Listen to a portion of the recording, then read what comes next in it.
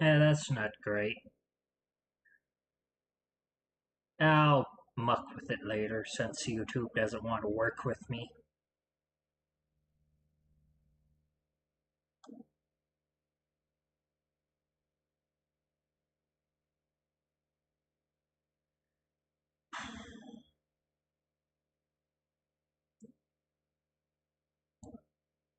But yeah, for the last year or so, it's just done that.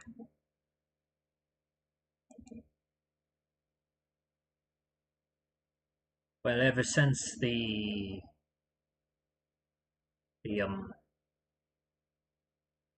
I think even before that, like it'll just randomly throw a tantrum and automatically just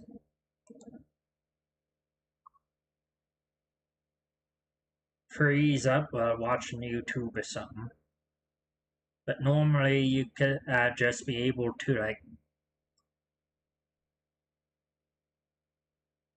click out of it, which should let me close the window or find a way to work around it.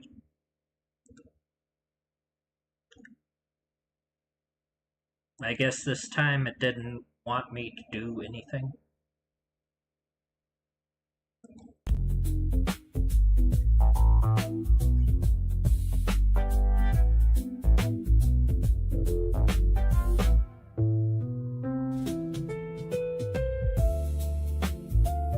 Then I tried to add on to the last stream with this stream.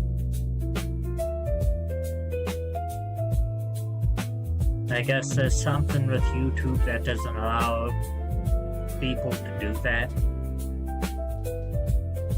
Because it sucks. It sucks. It stinks.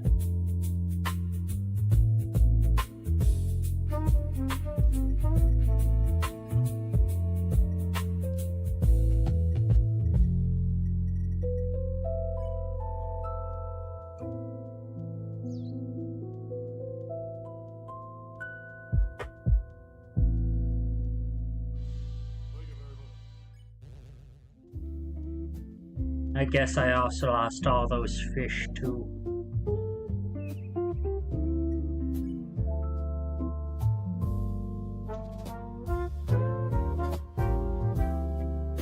I think it caught more than just 17 jelly beans fish.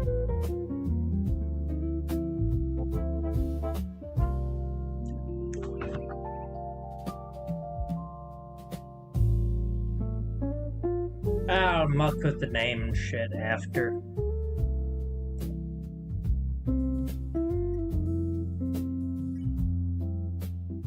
But this is the first time, I think, where the computer screen just froze up along with all of the applications.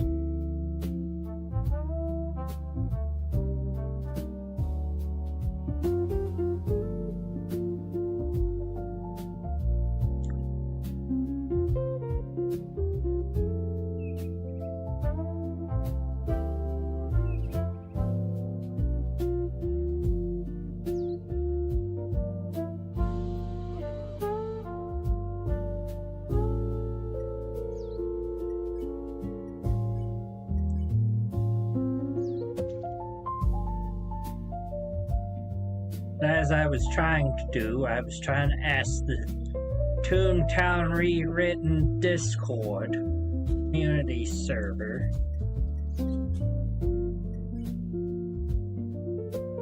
if there was a way to turn off those notifications of, oh, this isn't gonna save your fish in your collection.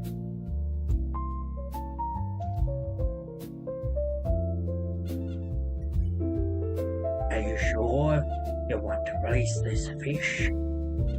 This won't give you jelly beans, nor will it be recorded in your fish collection. I derped. Effect him.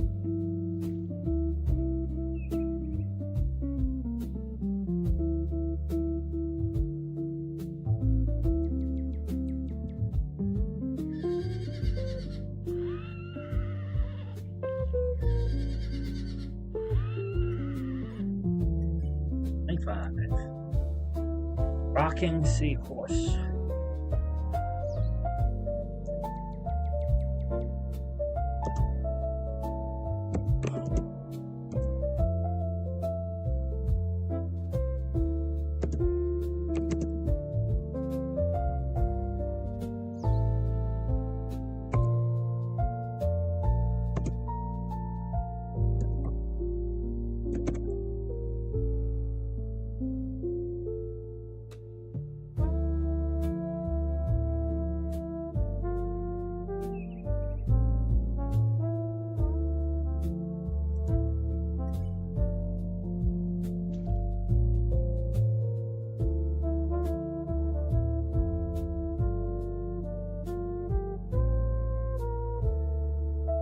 Damn it.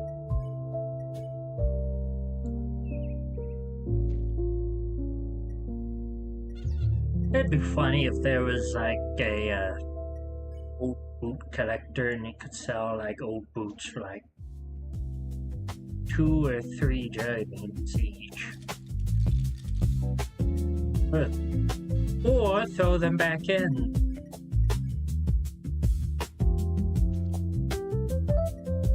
God damn.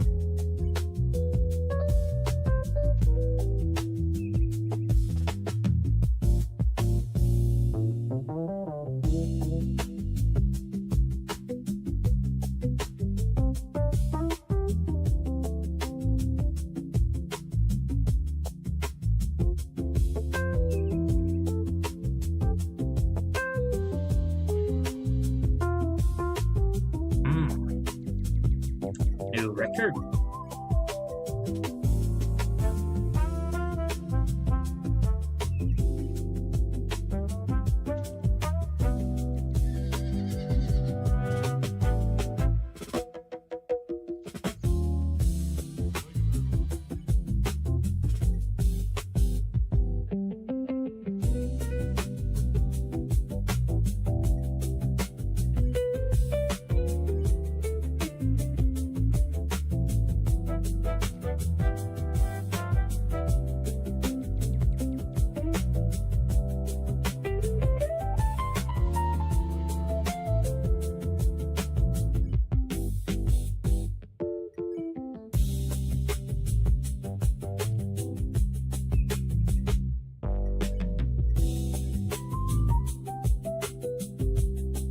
Now also probably add a Discord channel to like the Discord for all the music that I have on stream. And videos, since the chat doesn't really save on here.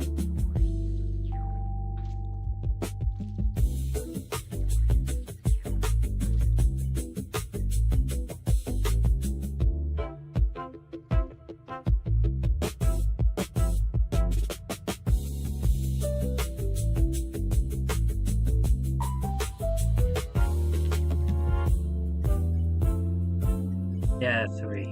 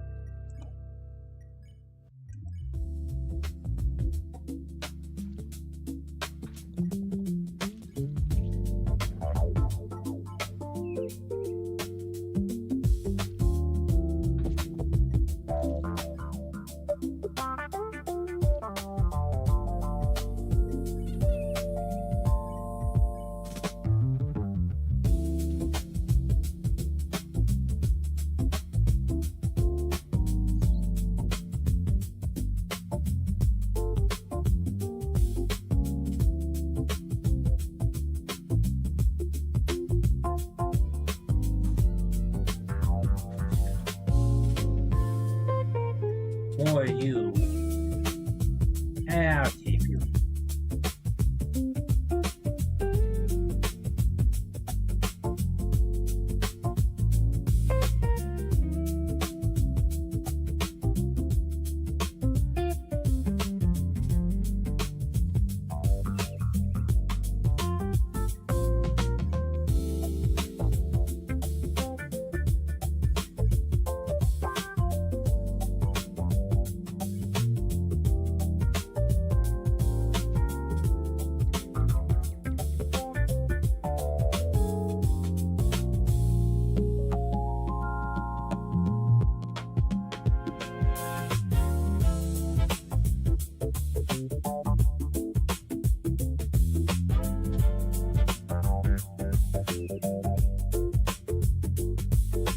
I need to get 1,200 in the next month.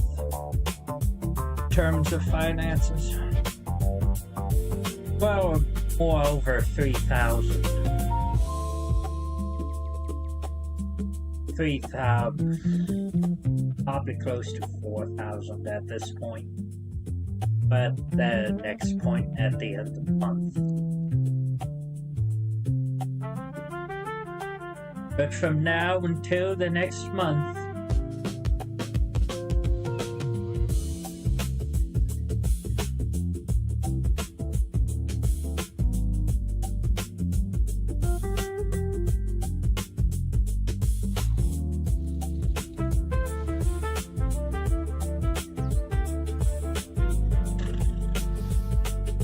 I feel you, balloonfish.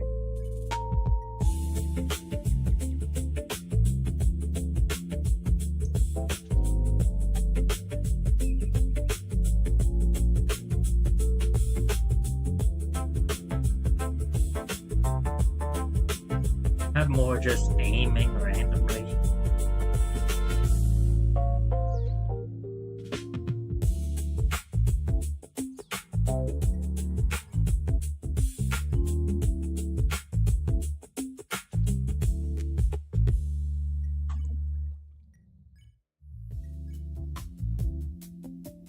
Then of course, as soon as I'm relaxing, I just have to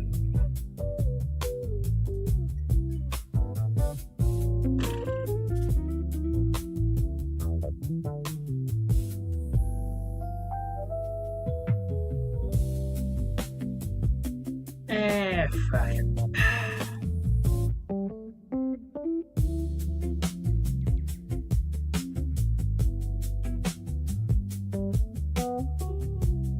I'll be right back.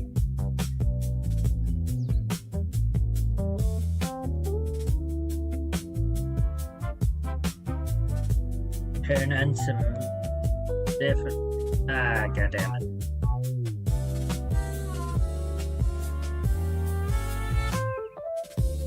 Why are you acting up here? The funny Toon game. You've never acted up at the funny Toon game before. So why are you acting up now?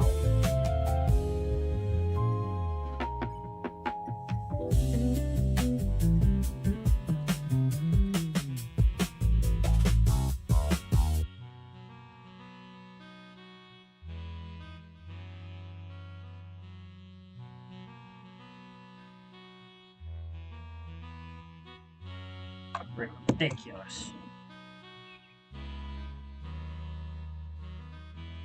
Fucking ridiculous. Ah, stupid cunt.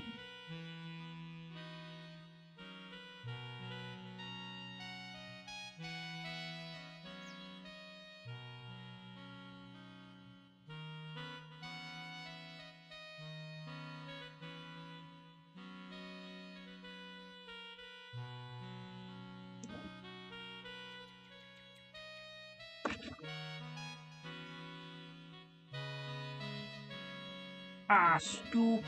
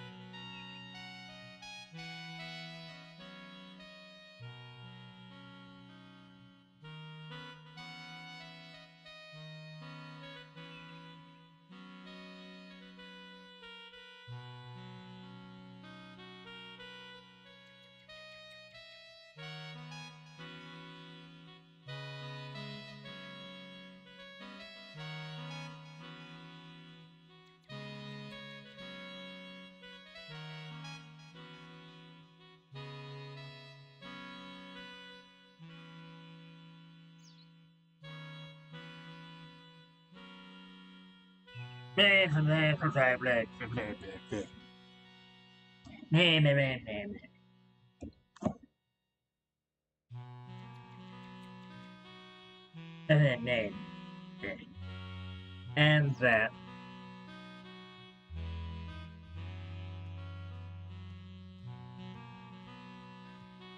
Because the whole monkey screen thing, I can't really full screen this. So it's gonna look squashed no matter how I put it.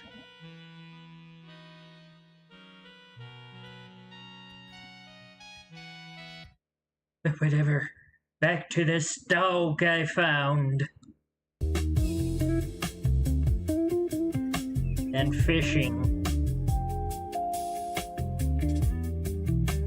Because I have demands of these fish.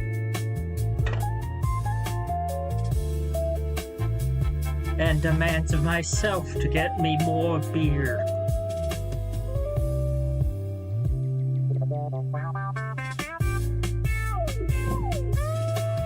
Not beer. My pretend Pepsi brand beer.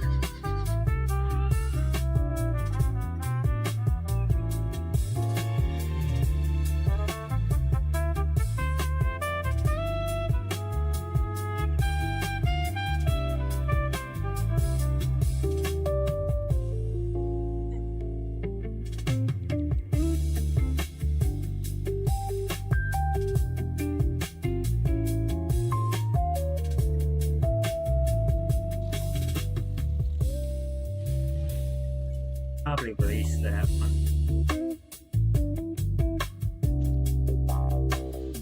And then accidentally go into another 3-bean fish.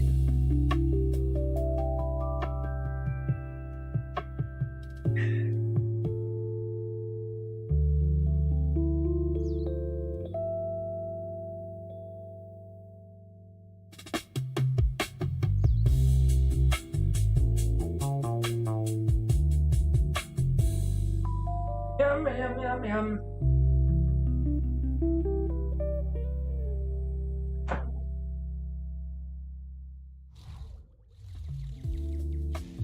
Of which I found a hill, though. On my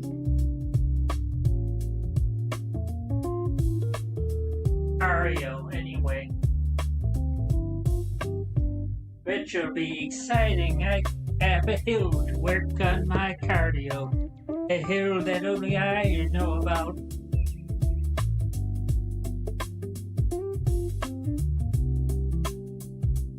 And that's steep as fuck for some reason.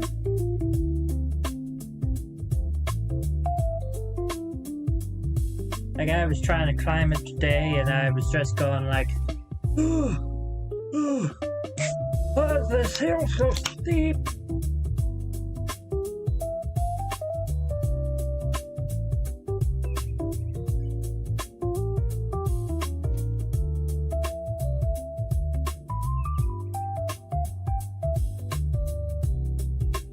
Then almost just died trying to get back to the house.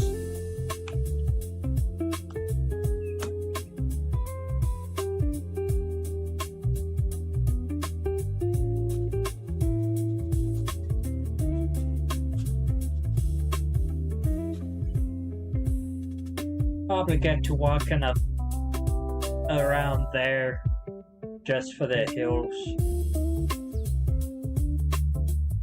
Just because otherwise the only other place I can walk is like this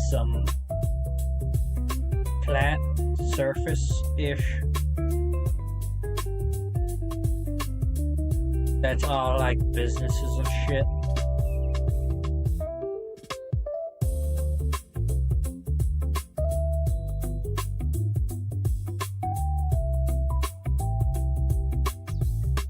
The only things up there, besides like a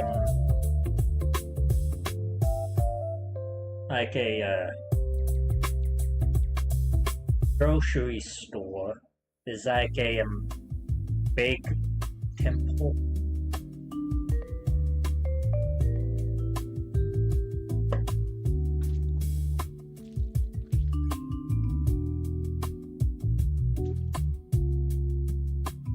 Probably get the denomination wrong, but I think it's Muslim.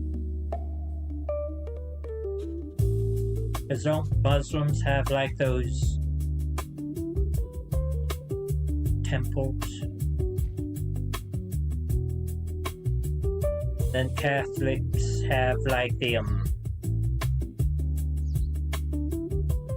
have like more of an arch to their temples.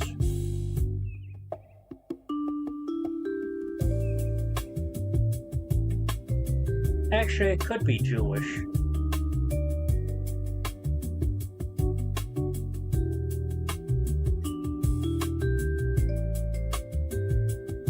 I mean, it makes sense if it was Jewish. It's saying the grocery store has like an entire kosher section.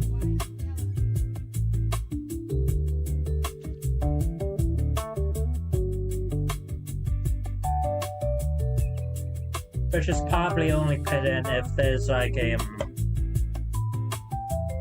big Jewish community around the grocery store. I could be wrong.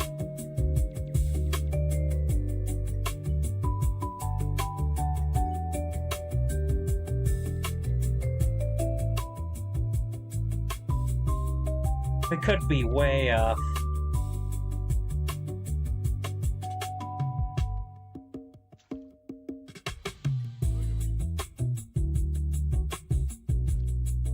Another starfish.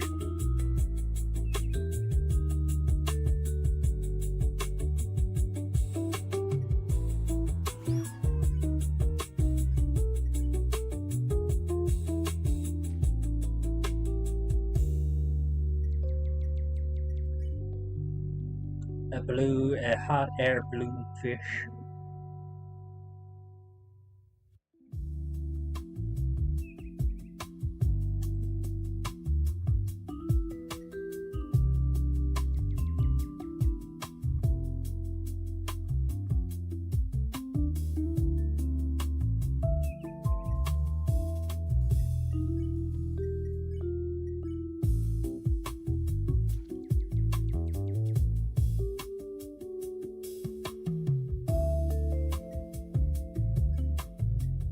I do remember driving up to the area with my dad, so I know there's like a wing stop somewhere around there too. Probably a little further up than I've gone.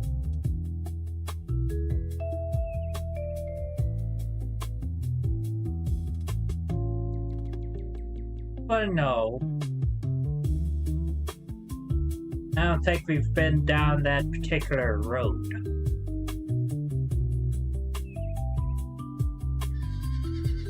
At all.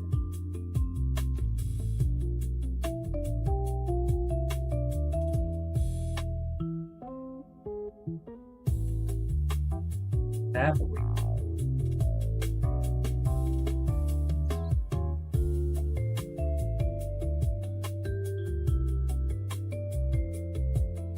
I think we have, but I never really paid attention to like the side stuff.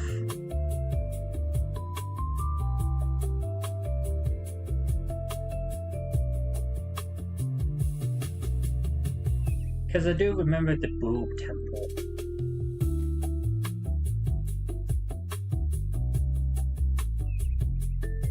I also remember not paying it any mind either.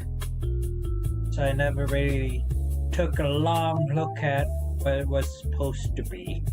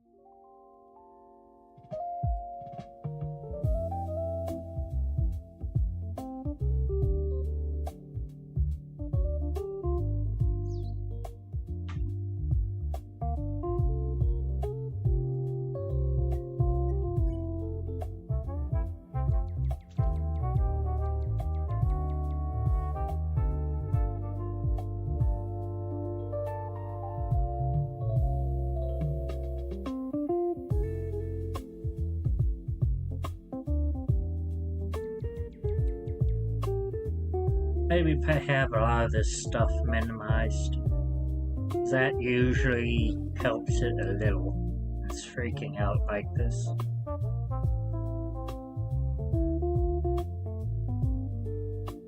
But yeah, that's really a disappointment. After all these months,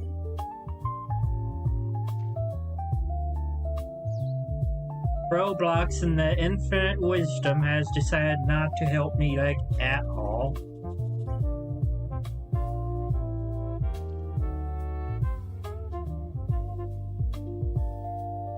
Then apparently you can put a complaint about them at the FTC.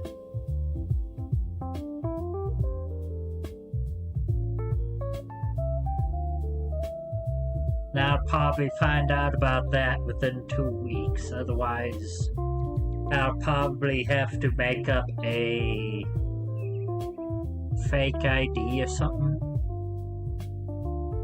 But it's probably not going to be fake. It's probably going to be like a silly little business card kind of thing.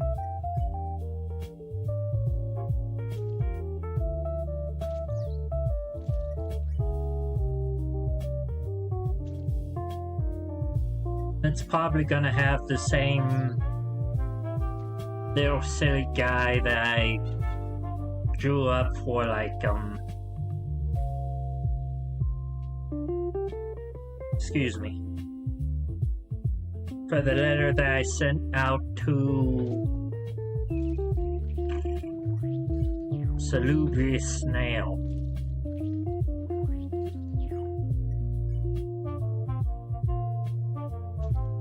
Because if anyone remembers that, me talking about that, sent Salubrious Snail out a couple of cards.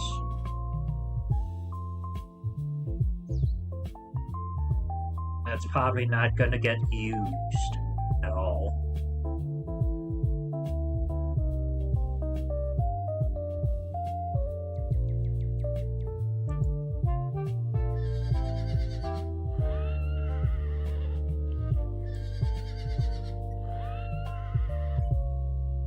An Arabian seahorse, that gives me, I think, my entire wallet back. Because I'm light on cash.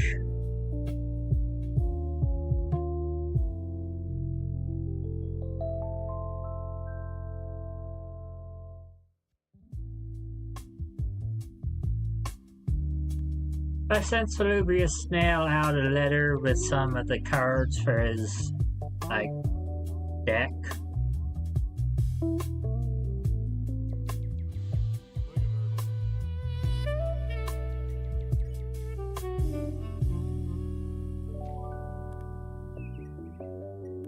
But on the letter I drew like a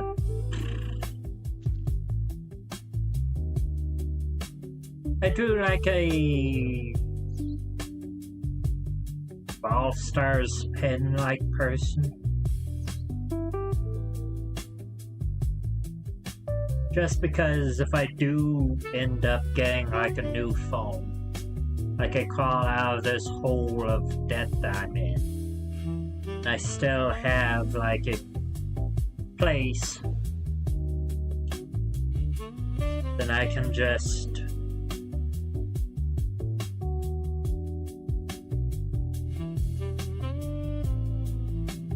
I do this. E.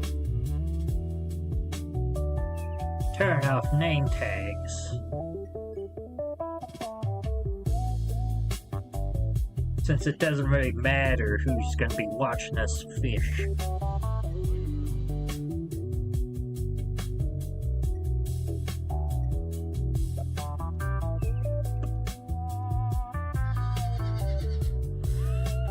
Yep, we got a whole wallet back. 242.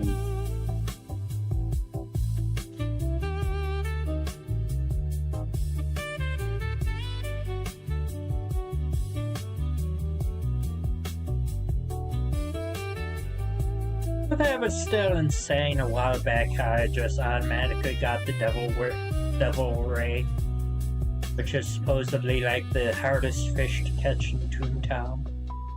I just caught like in the first few buckets. And all the rest of the ultra rare fish takes a while. Or has taken a while. Ooh, a piano tuna.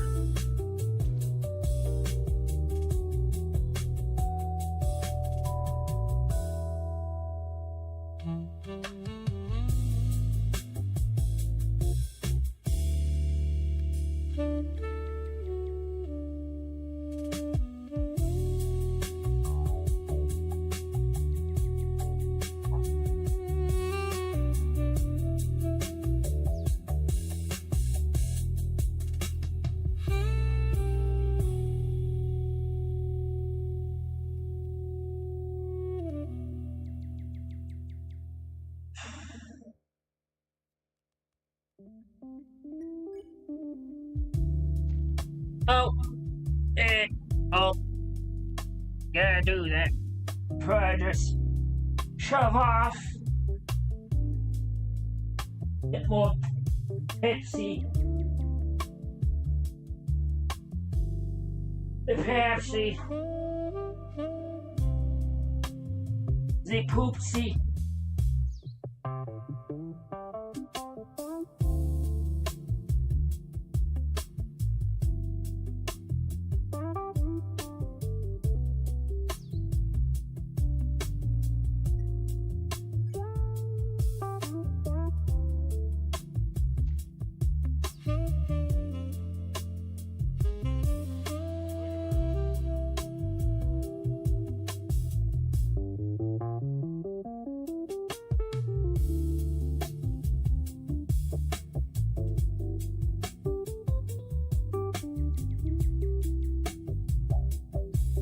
Ooh, a new record of only 4 jelly beans.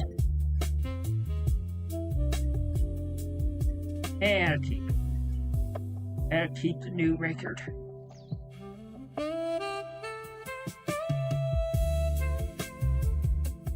Bosh. Bosh.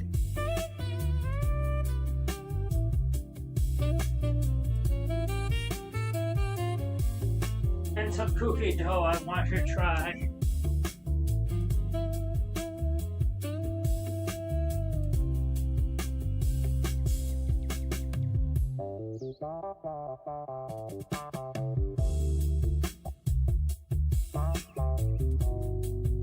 But yeah, I probably should have put in a complaint at the FTC.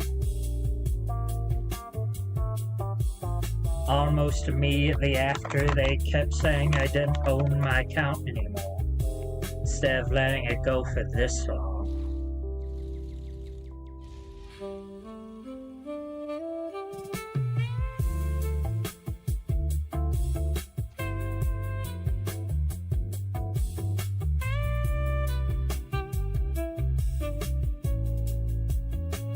But I didn't know you could file a serious complaint months ago with the FTC about this sort of thing.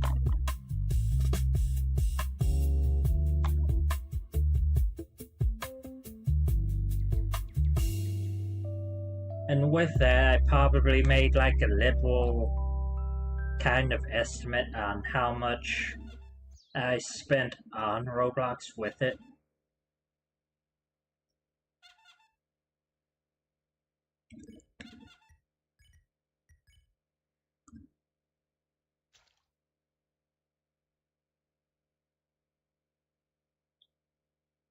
I'm not going to disclose it, obviously, but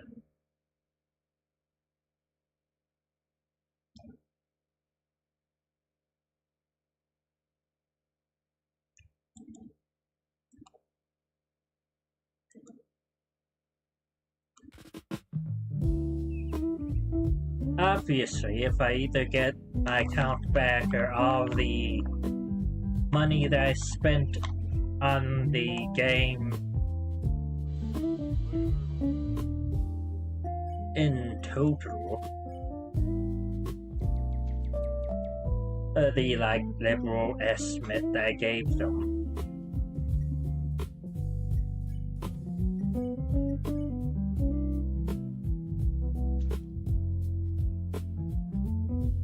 Then all the other shit going on in my life right now doesn't really matter. I can work harder on the stream itself as well.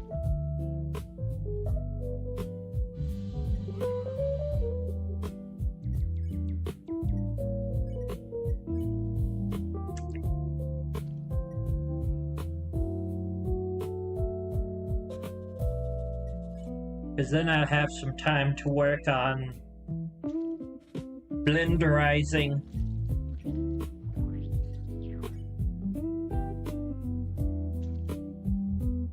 Then I can completely replace this little corner character that I made a while back.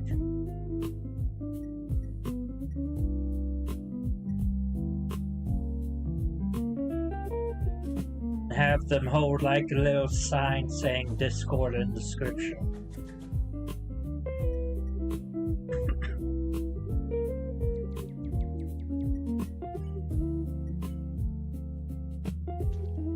Or just have them hold the invite.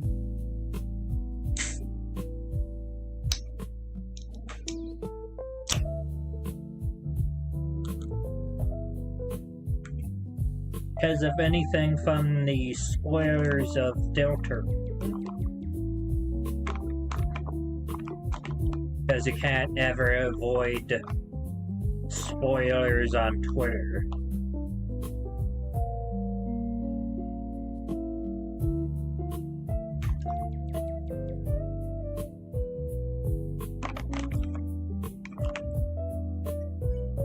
I do like Green's whole shtick of holding up signs.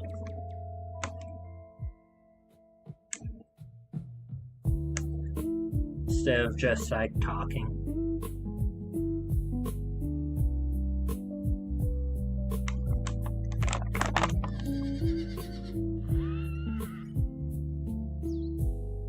But Green reminds me a lot of me in a way.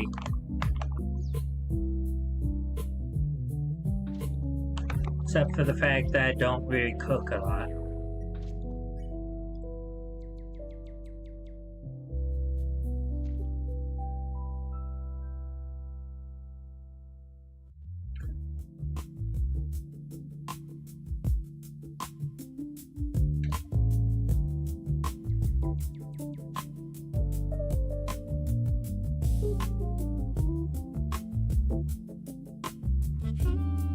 At least from what I've seen of Green.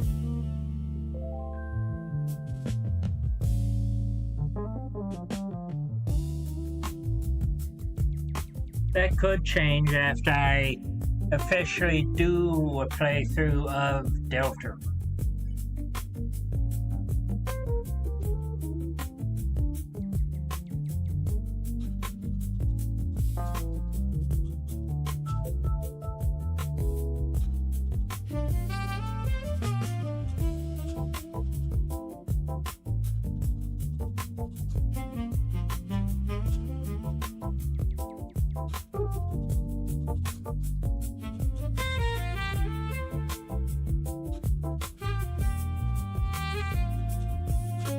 It's one of the things I want to see.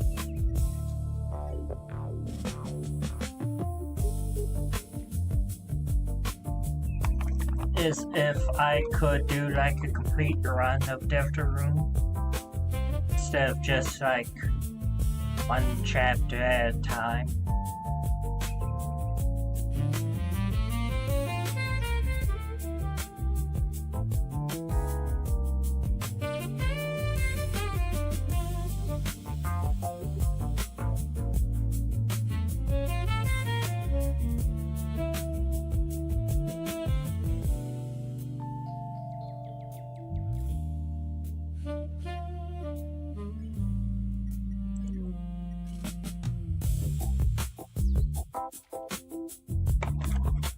Which I was fine with them spoiling, like, chapters 1 through 4, but spoiling chapter 5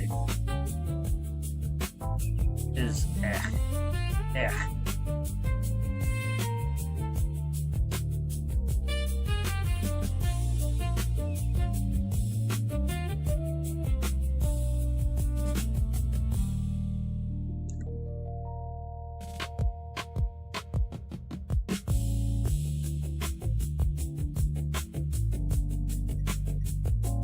It's whatever.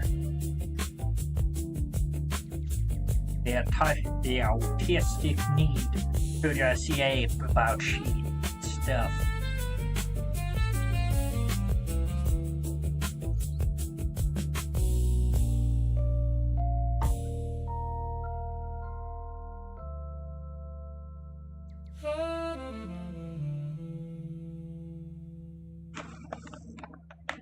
And I can't really avoid Twitter.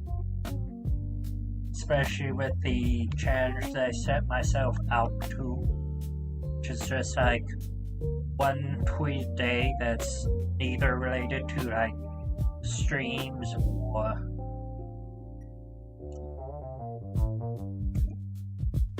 real life stuff.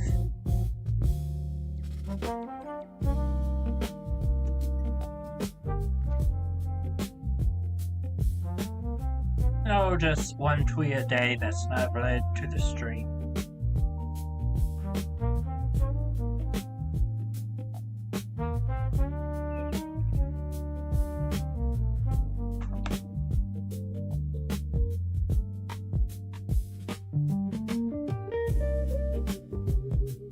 Which might mean I could be penning up the drawings of the place. Because I'll probably use some free time to sketch out the maze, which was going to be like one of my major projects on Roblox from the last year or two. That I wanted to keep secret until I finally released it.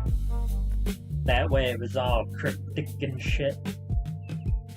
That way if I found a way to add anything spooky, I could do that.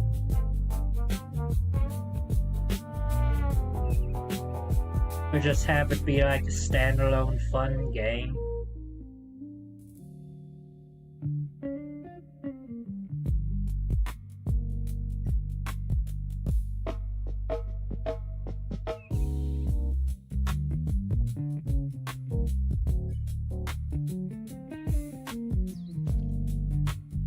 But considering Roblox doesn't want me on the platform, that's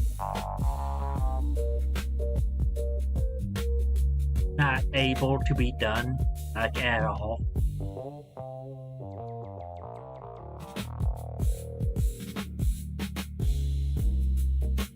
So if anybody else wants to build it, then give me credit.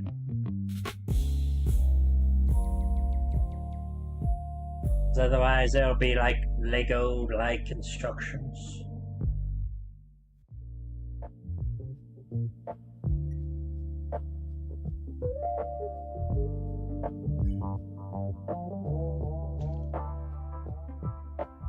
Man, I hate this timer. Ooh, nice. Bunch of jelly beans. Damn it. Makes up for all of those.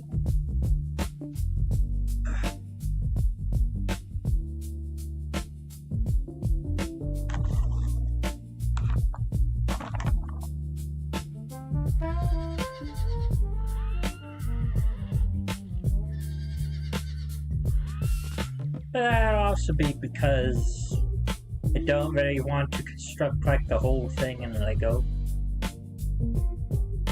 Primarily because it'd take up too much space, and even if I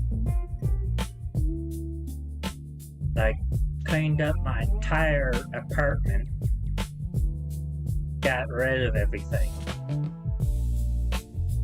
There'd be like no room for anything creative.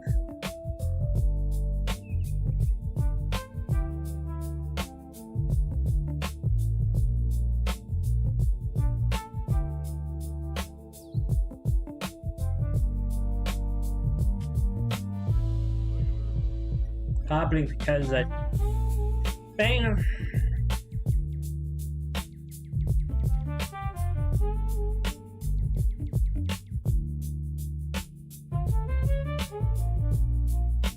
Main reason for that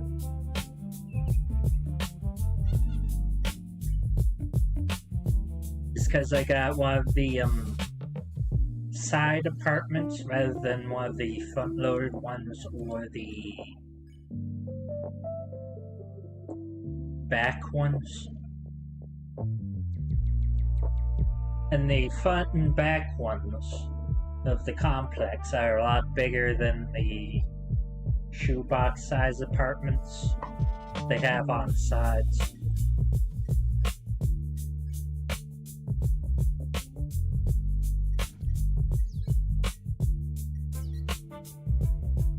Sound effects.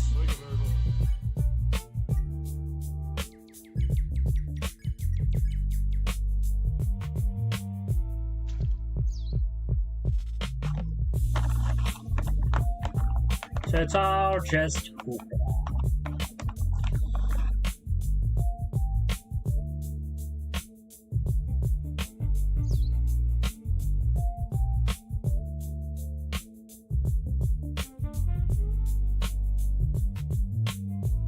But they're also probably like two bedroom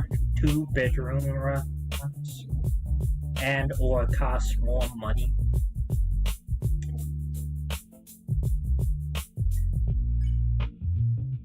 So this was probably all they had on hand that fit within my budget at the time.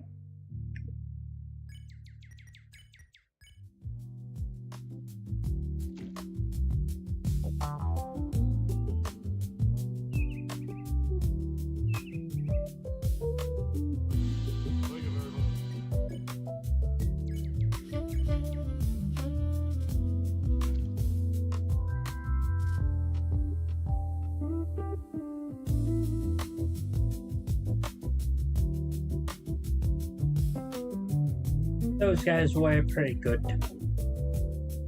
like the original renters.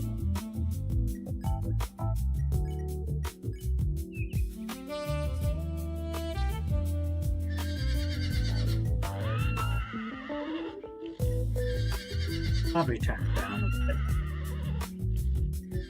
That should be good.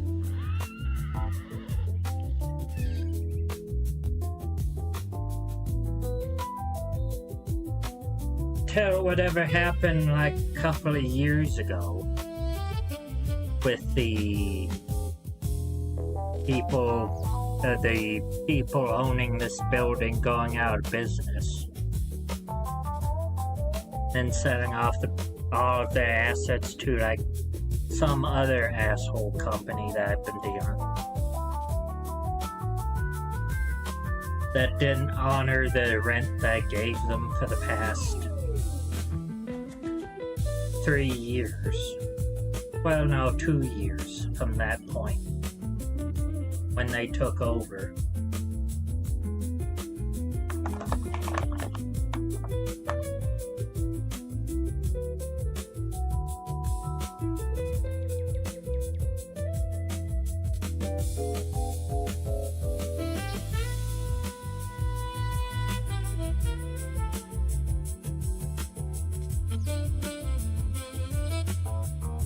So they just pulled a whole bunch of rent out of their ass I owed. And I was like, what the hell is this?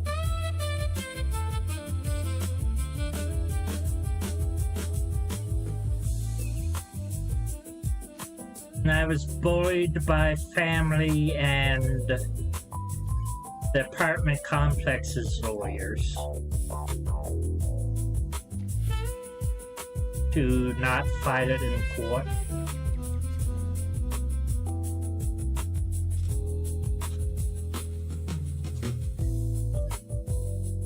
I kept being told that if I didn't settle, then I was going to lose the place anyway.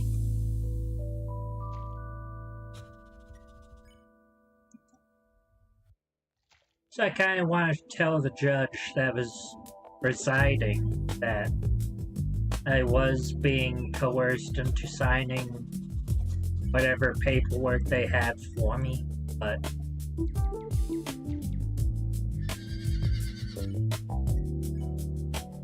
yeah. Handshake deals don't work when one company decides to go out of business or just disappear entirely.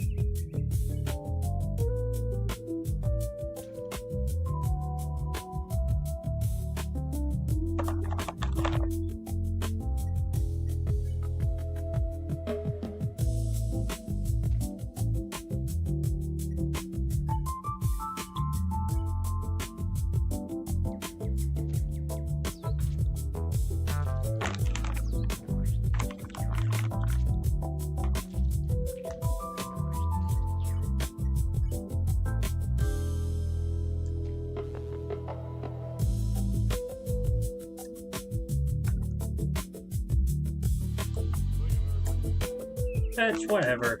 Past is past.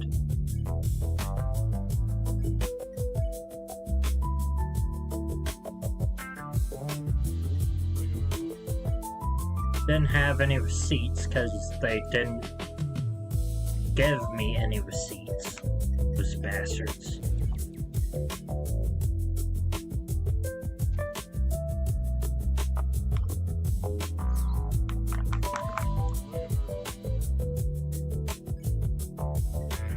Should have demanded a receipt, but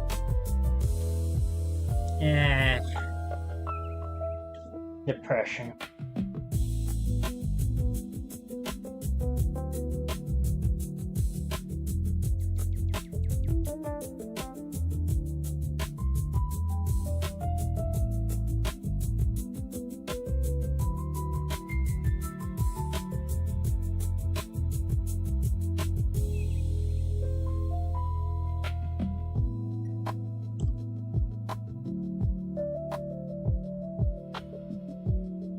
Nice, 150.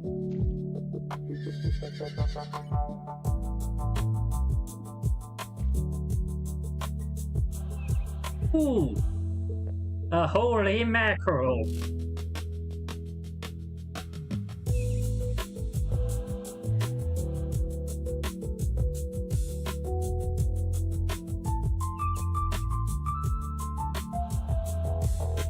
Which means what?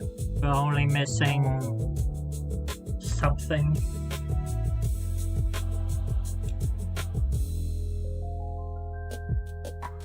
The all-star fish.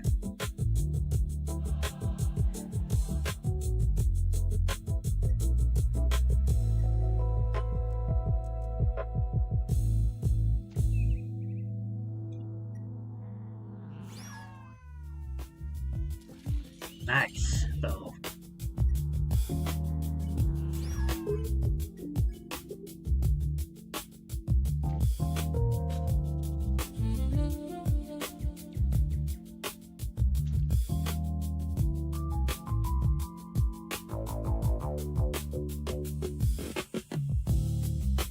But thinking back on it, I probably should have fought it.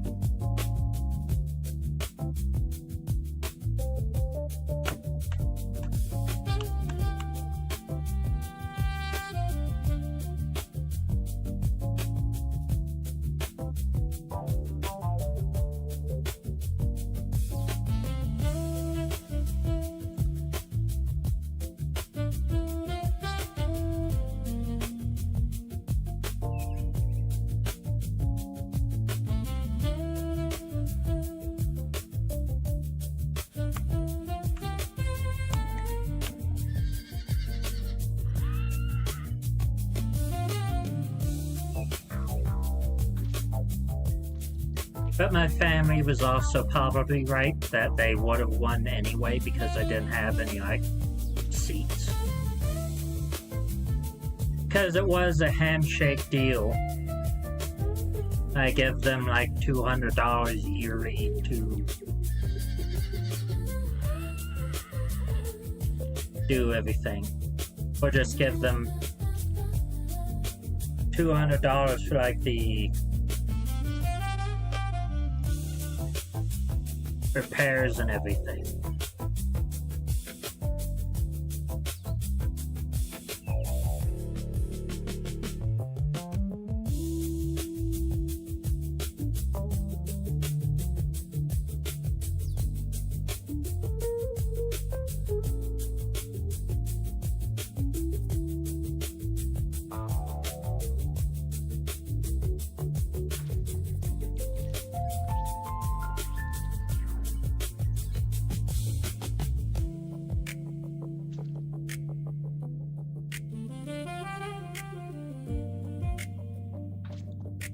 Fort probably honors handshake deals. Maybe.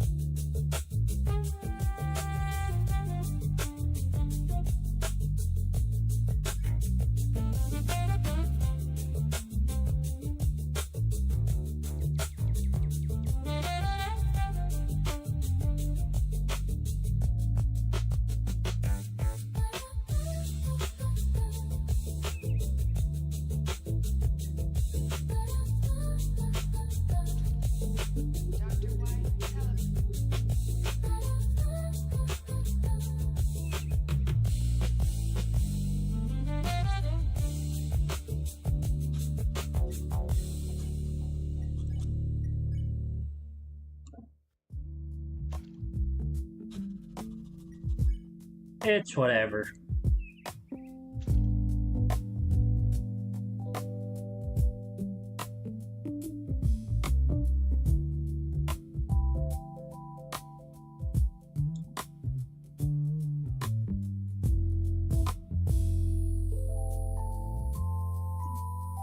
Just get fucked over by everyone.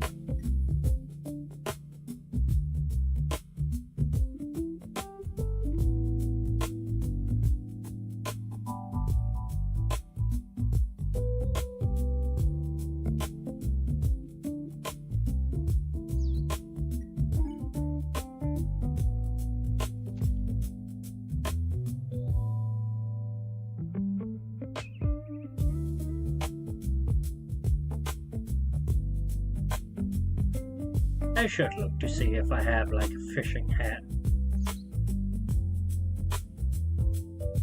Because the Cogbuster outfit kind of works as a fishing outfit. I don't think there is like a yellow fishing hat.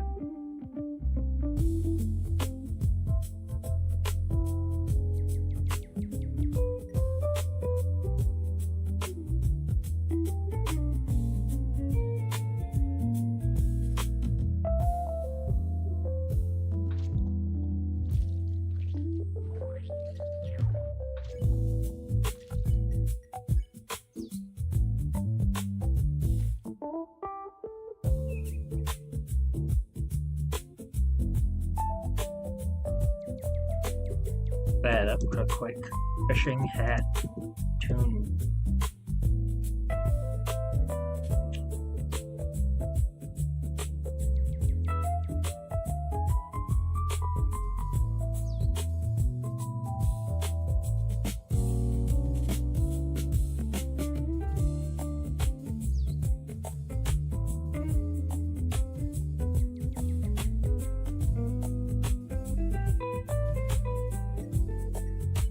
Oh, I'm not even fishing.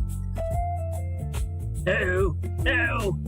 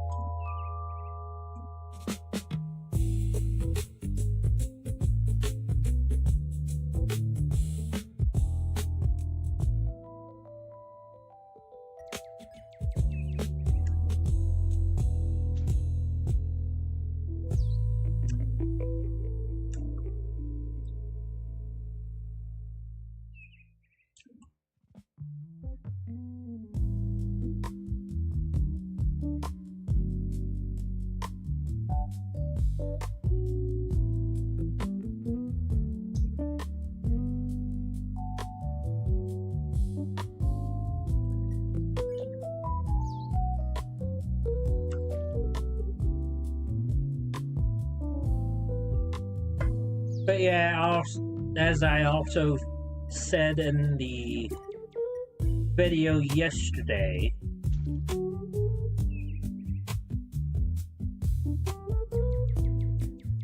I also want to work on like some other Roblox stuff.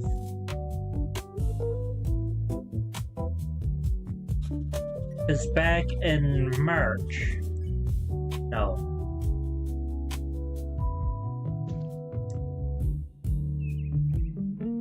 April, back in April, I was discussing with another associate of mine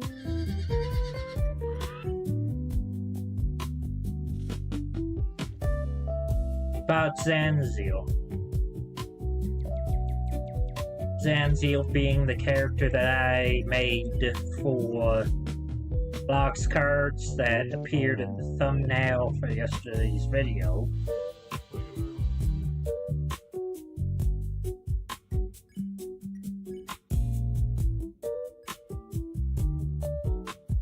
So she just randomly popped up in my mind. And I was like, hey, do you remember when I made this character for the game?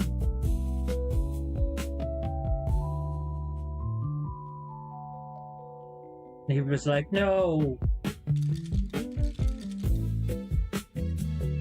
I had to look it up real quick. Turns out,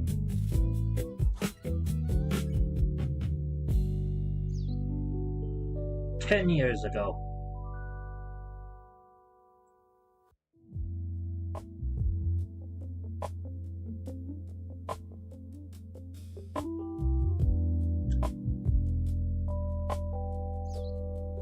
So I said to myself, I should probably remake this character.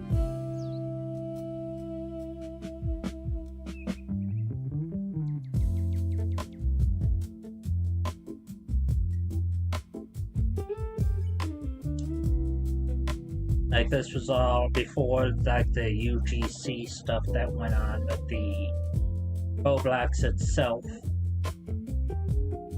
where they decided that they want to up how much it costs to upload anything to their, upload anything to their marketplace. Which is always just like, that whenever I want to do something, there's just some policy that Roblox changes that makes it impossible to, like, demotivating to actually do the thing.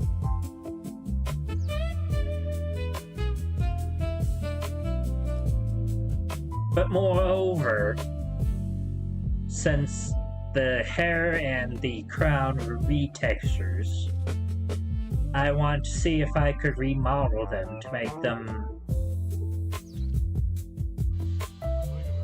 I guess not exactly better, but more of a side grade kind of thing. That way no one could go, this is exactly the same as this limited, oh blah blah blah blah blah. How dare you upload it? Filthy retexture.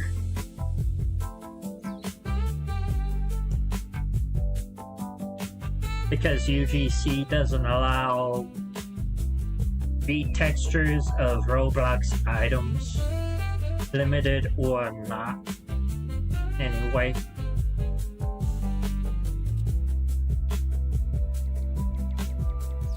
So I want to see if I could side grade both, which would mean learning how to do hair,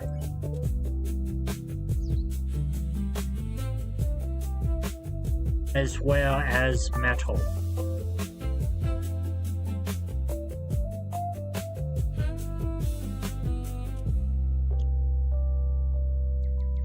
And then moreover, as I said in the video as well, turn Zanziel human. Like, instead of the Bloxy counterpart, have her be like fully human, fully rich flowing dress, and then give her some actual shoes.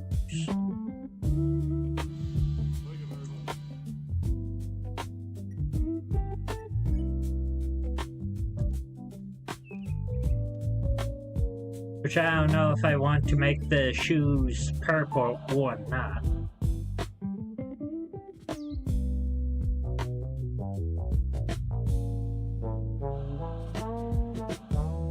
That's funny. But I'm thinking I might want to give her like...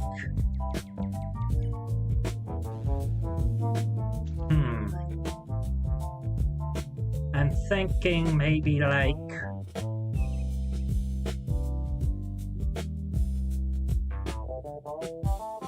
white-tipped shoes. Alright, white-tipped high heels. Then I'd have like a slight purple gradient going up the side. Kind of like sideways along the thing. Like the heel itself would be purple, as in the little spike thing.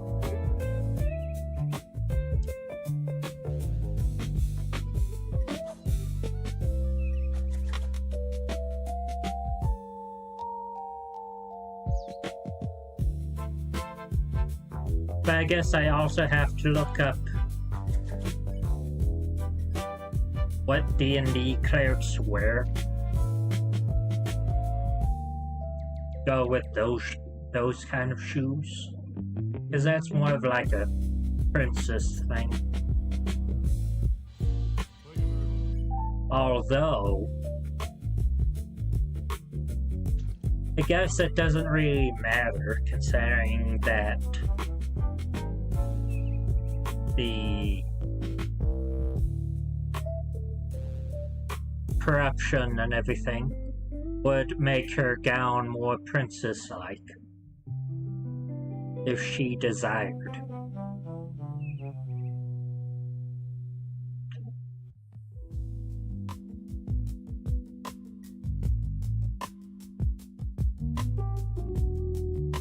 Because the story that Zanziel had, even if it was more lame, I guess, was that she was a cleric with a party that happens upon this cursed crown, then gets taken over by the crown itself.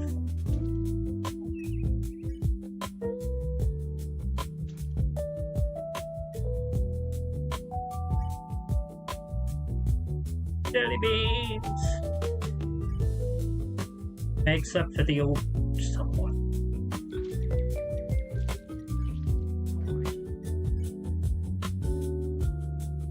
But then for anyone that's kept up with Blox cards in any way,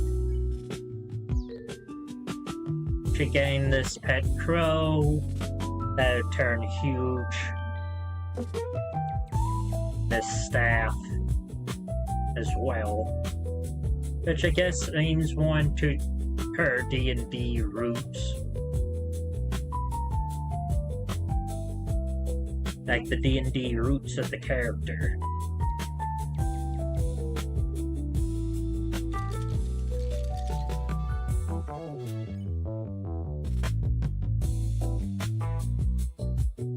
But I don't know, kind of makes it more witch-like.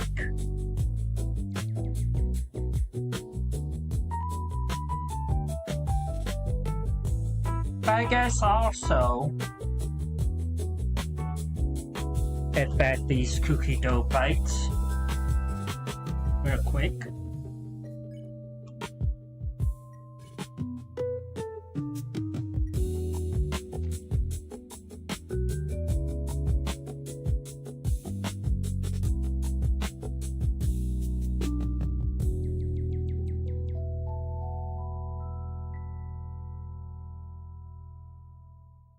But I guess having her become more princess or queen-like,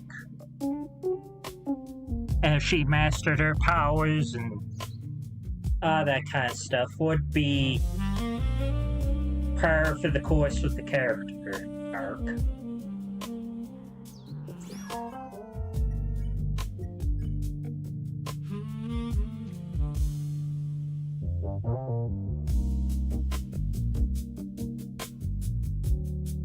Instead of just like being lame about it.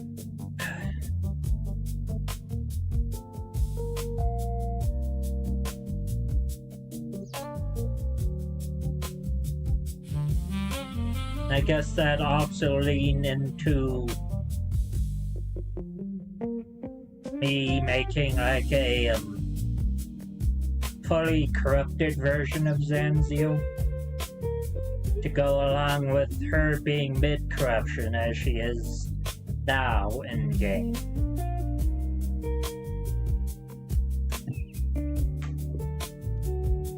Oopsie.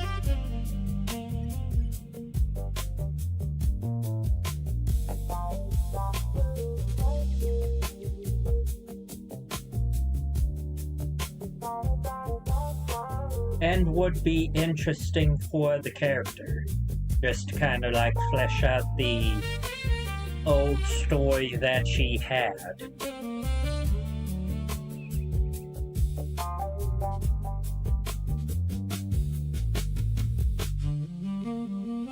Which I guess they also changed up the story to move away from me, per se.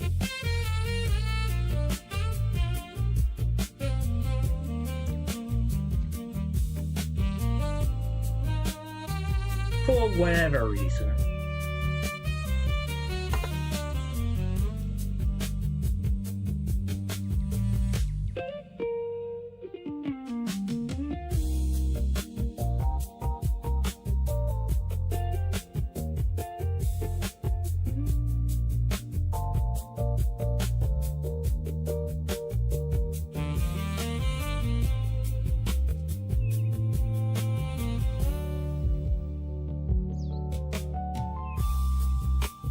But regardless, if I make a human, the first thing I'd want to do is just like, again, replace the bee in the corner. Because I want the Zanziel to be the best that she can.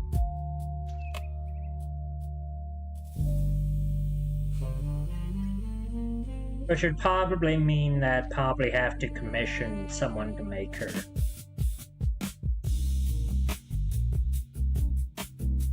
And then work off that.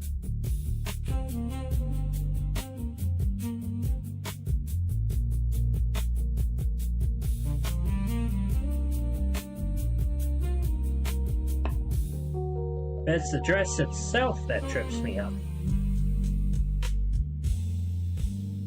Because the dress itself was like a $10 commission in itself.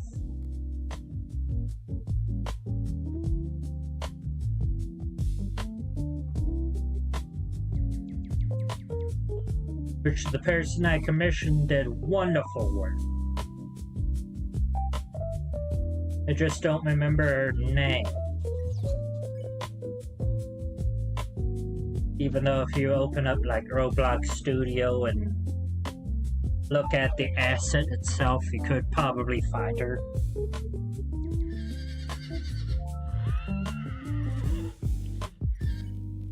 Which I'll probably do if Roblox pulls their head out their ass.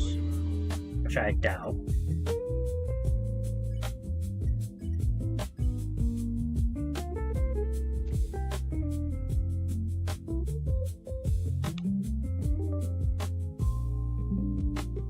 Like, I'm half thinking they deleted everything related to me in the first place as well.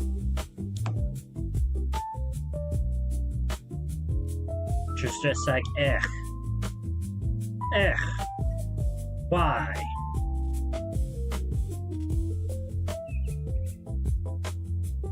Which I'll probably find out within 2 weeks. whether or not I have to just delete everything that I have right now. Give up entirely on Roblox itself.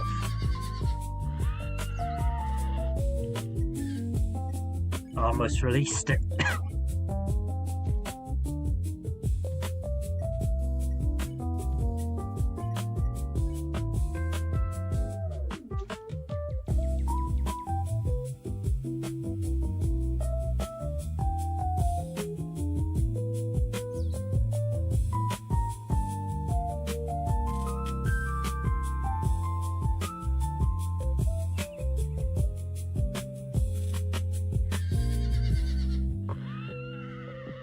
I could probably work on the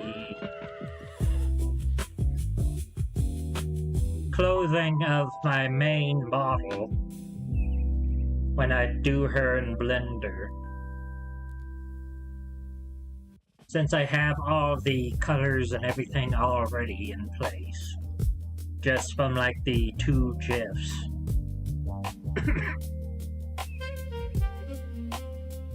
And I can just easily copy her over from there.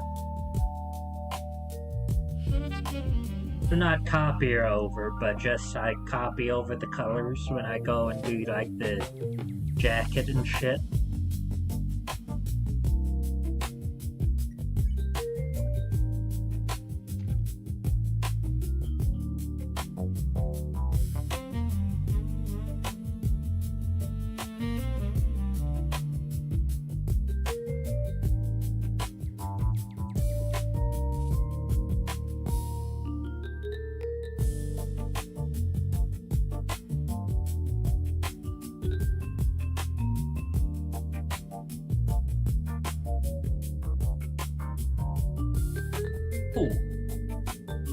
Something else I can do. I can actually make the hoverboard into the Back to the Future hoverboard. Because back when I was making this GIF, one of the things that I was thinking about is what my character would be sitting on when she was rocking her foot back and forth, like talking, but never got the talking to work.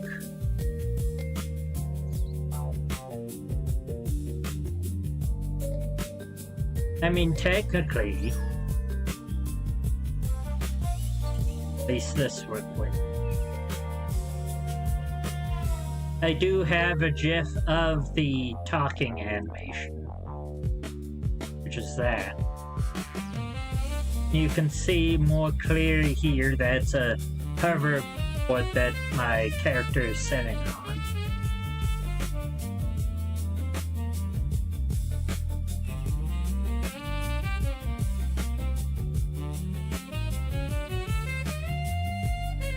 But one of the things I was thinking about was, what if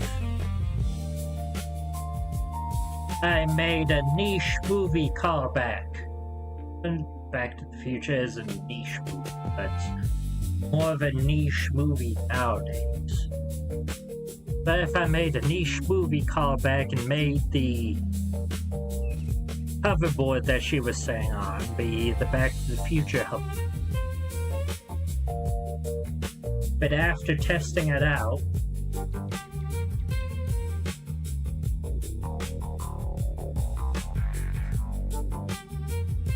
it didn't really look all that great. At least on Roblox.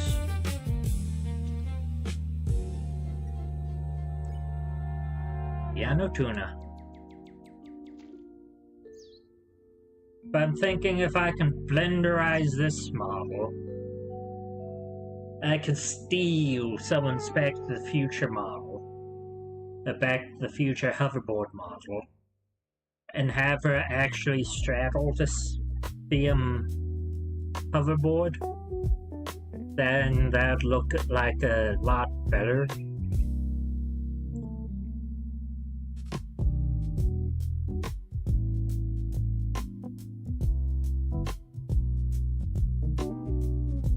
At least I think.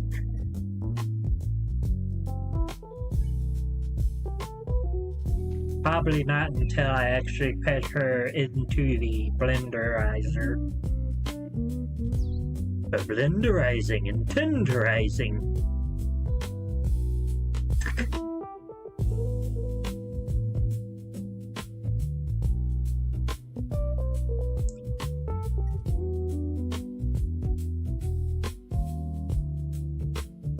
I probably won't find out how well it looks until after the fact.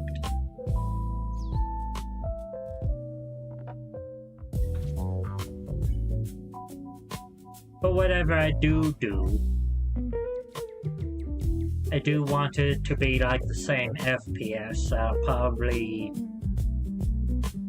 do the same thing as I did here with this GIF.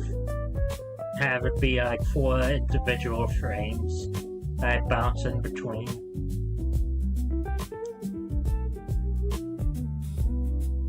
That, unlike the Roblox, I can actually have it be transparent in the background beforehand, instead of having to go through with a green screen brush, just removing everything.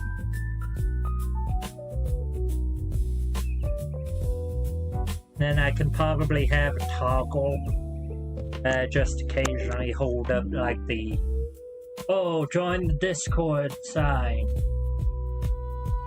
Boo.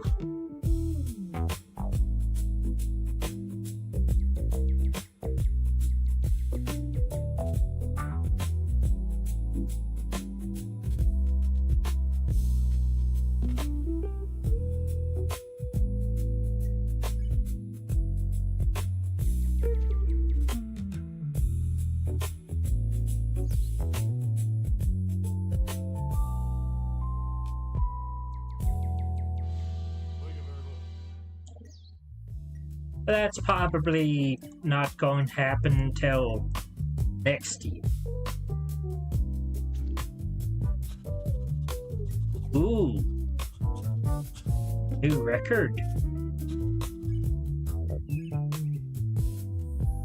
But yeah, that's all probably not going to happen till next year, because I haven't fully played with Blender.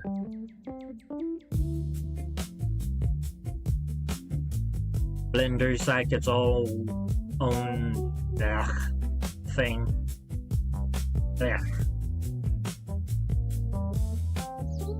Thick black bloke that you can't just pick up and use.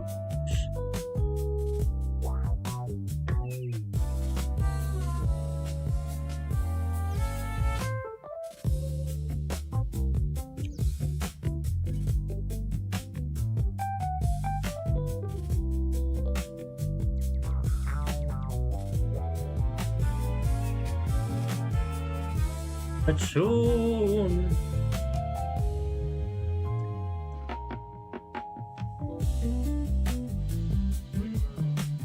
Damn it.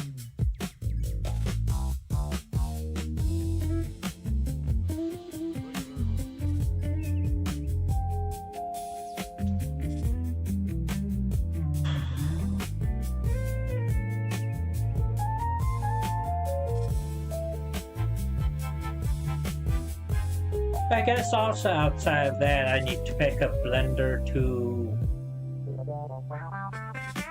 actually make like the BRB screens and whatnot.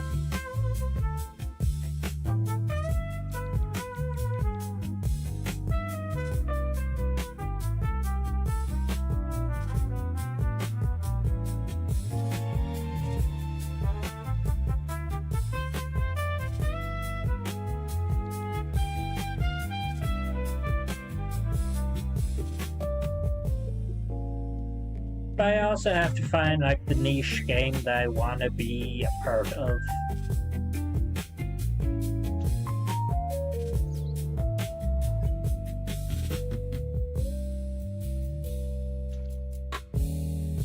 Because as I also said in the video,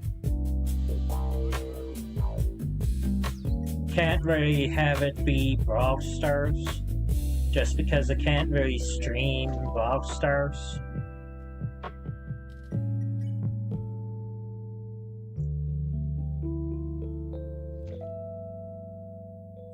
And that's just because the aimable gadgets have kind of forced me to stop using the emulator that I was using.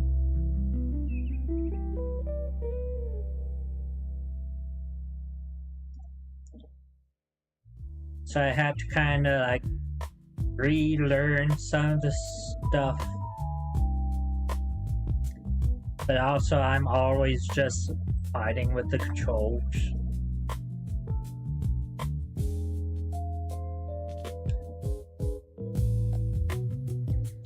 Like one of the games before I uninstalled it, I was trying to move back behind a 2-tile wall because I was close to death.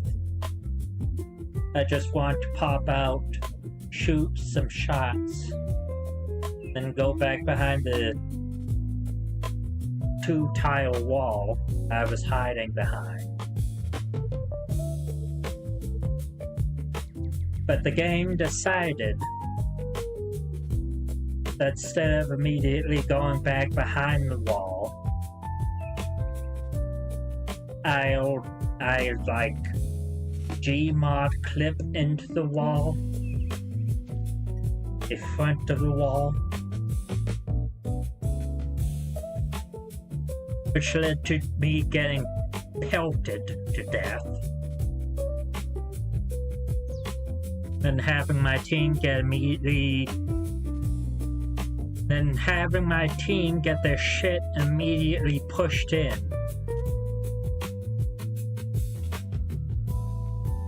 And I was just like, eh. And then of course with the phone I have now, can't really play Brawl Stars without going into nuke mode, where it gets like so hot that you can't really connect to the internet at all. And it feels like it's gonna blow up in your hand.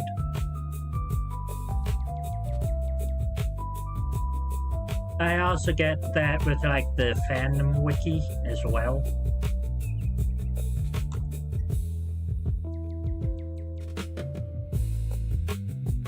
I should grab my fishing hat. I mean, I am here after all.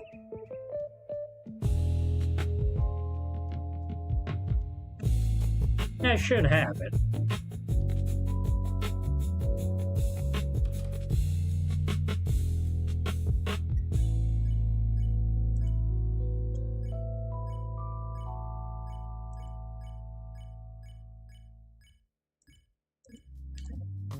But yeah, until I get a new phone, I can't really do anything with Brawl Stars, including the video series that I talked about on the video.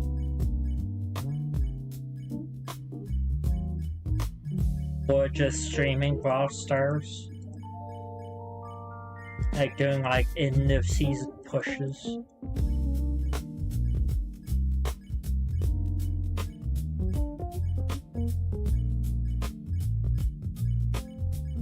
I have too many hats.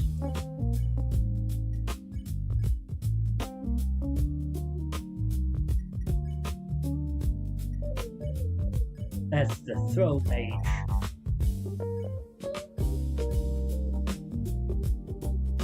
Yeah, there it is. There's the old pepper. Only kind of fits, but whatever.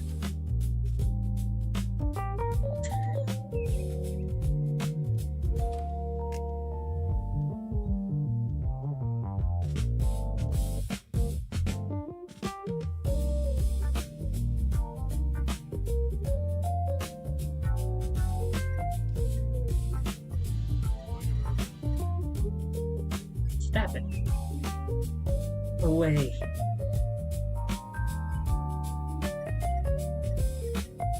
I'm fishing. You're scaring away the fish.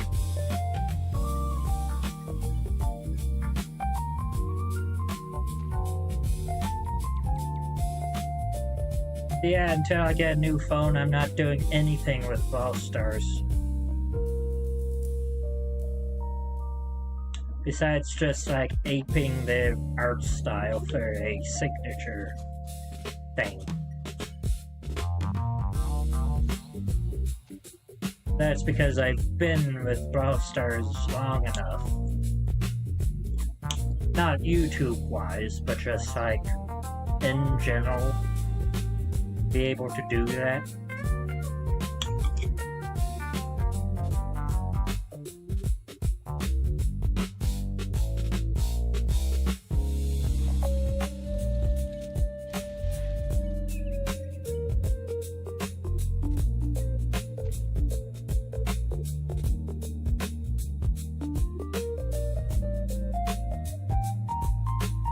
I've played since global launch, damn it. Because I'm a filthy American, get into the beta.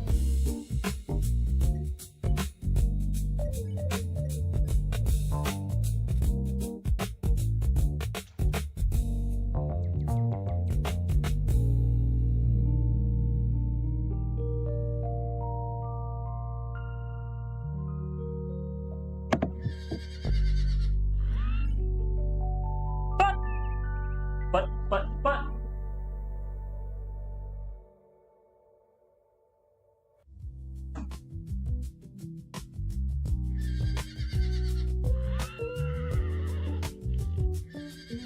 After I grab some more fishing soda.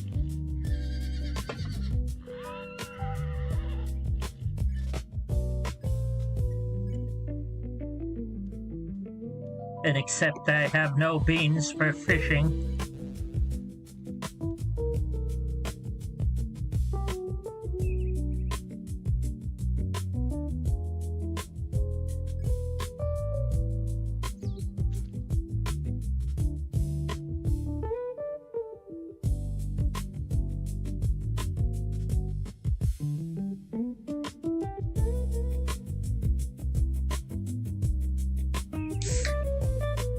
I guess it'd be okay to do like the inscription thing.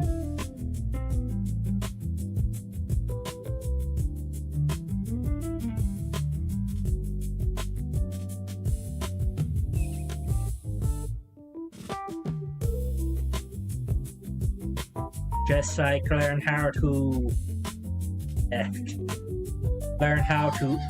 the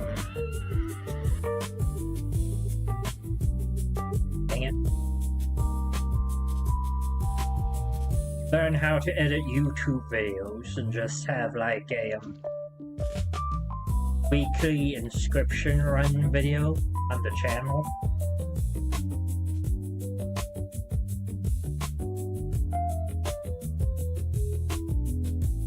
That'd be like somewhat vanilla.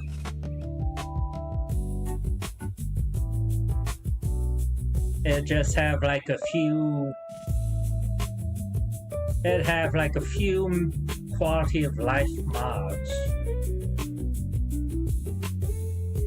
that bring Casey's mod over to Act 1 in some regards.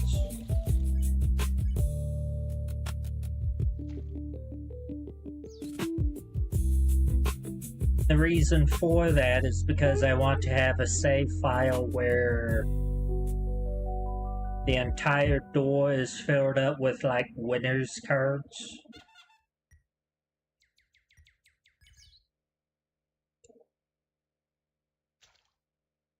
And the only way to do that is through Act 1 of the regular campaign.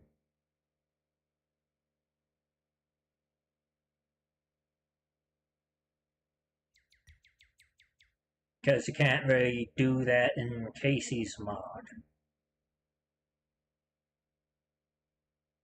Which I'm surprised the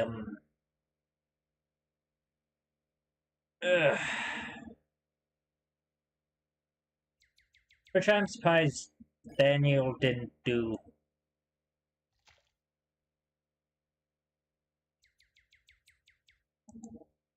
He just has like a separate thing in Casey's mod where it is truly unlimited.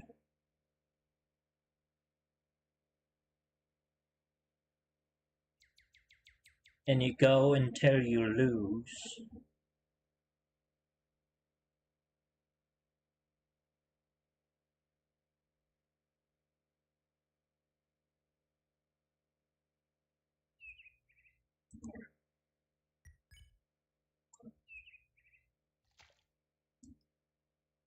And you fight like various remakes of different bosses along the way.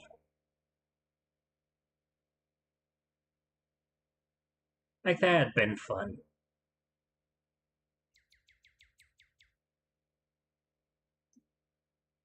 Get up a new list here.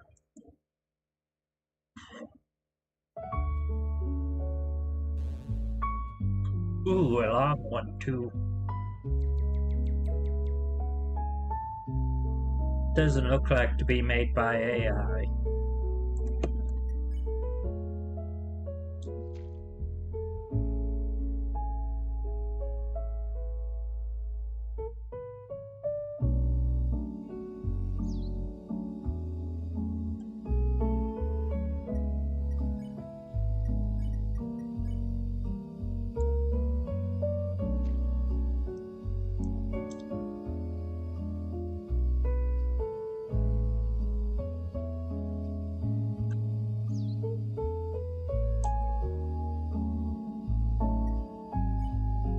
I'll probably talk more about it when I actually do the videos, but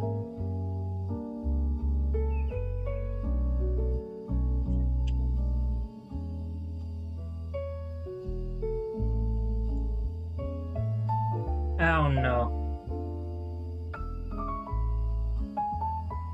But regardless, I don't think there is like a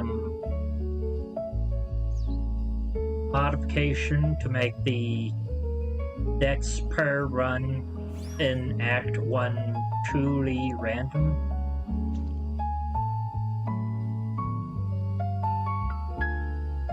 So I can probably ask ChatGPT to give me like a full thing of random cards or random decks.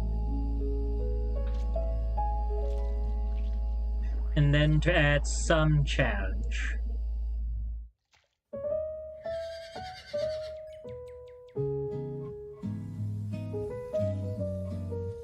I can ask ChatGPT to apply Waterborne and Annoying to some of the starter cards in the deck.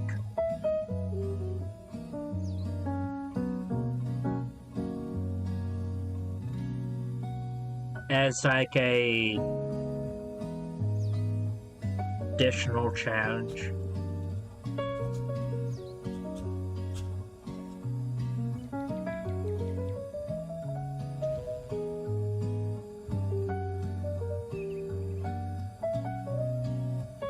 Because that is what ChatGPT is good for. Random stuff.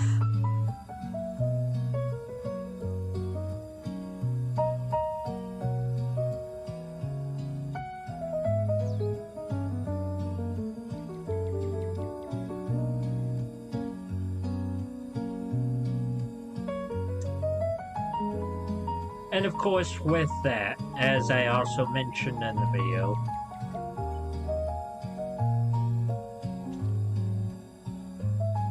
I could have the death cards just be random users that pop into my comment section or like the streams themselves.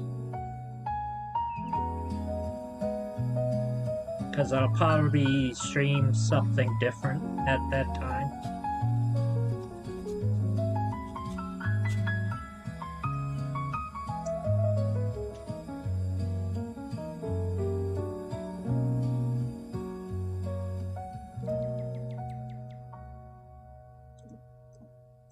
of which I'll probably be streaming Fallout.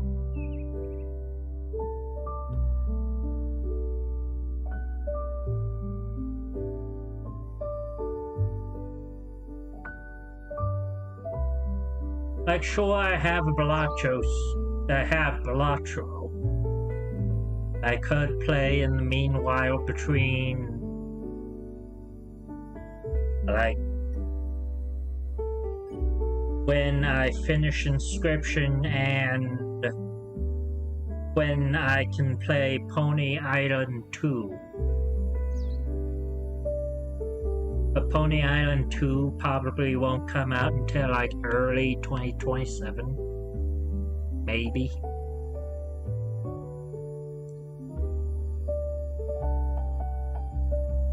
If not, maybe sometime in the winter.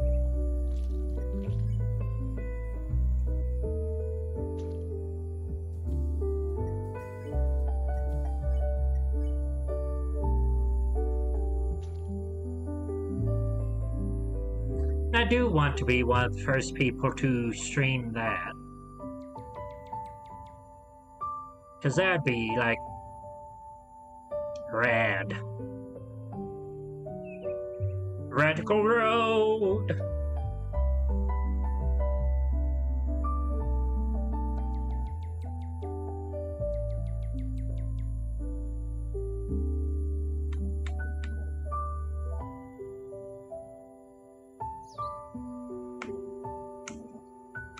That's also because I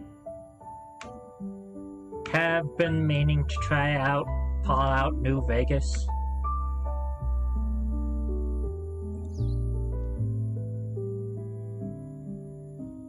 Don't get it twisted. It's not because I'm trans equivalent,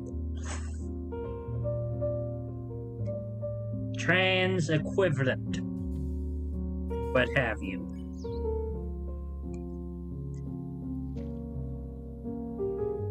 Because that used to be like a big joke years ago. That Fallout New Vegas was like the trans Fallout. Because a lot of trans people would be drawn into the series through Fallout New Vegas.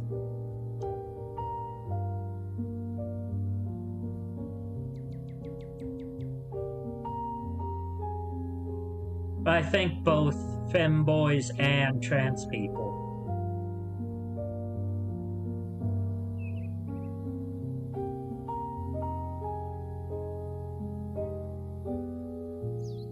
Then a lot of Fallout New Vegas people probably already reached their twink death.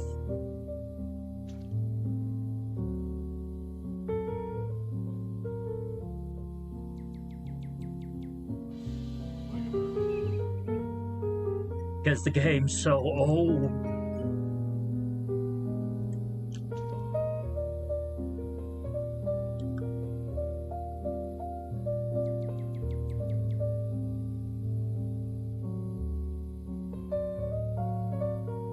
I'd play the remakes, but I can't really swing the remakes in my budget.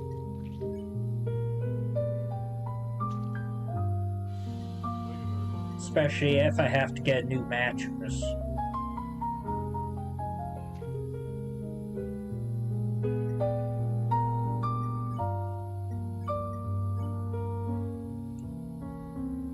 Won't really be able to swing Magic the Gathering either. Because I wanted to try to finish that build, this current build, and then try to build it in real life.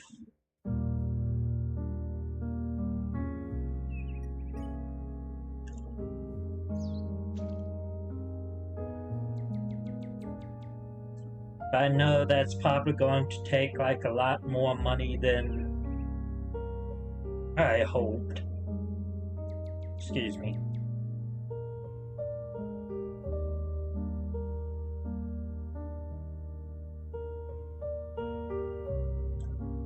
But unless I can find like a bunch of funny budget cards.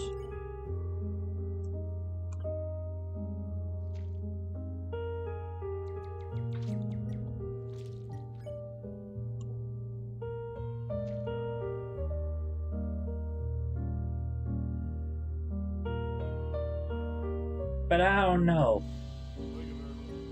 I'm back and forth as well on whether or not I want to add game changers, except for the one.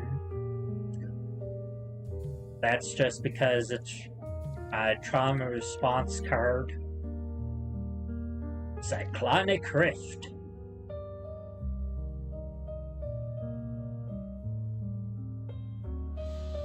Because it's gotten me out of a lot of jams.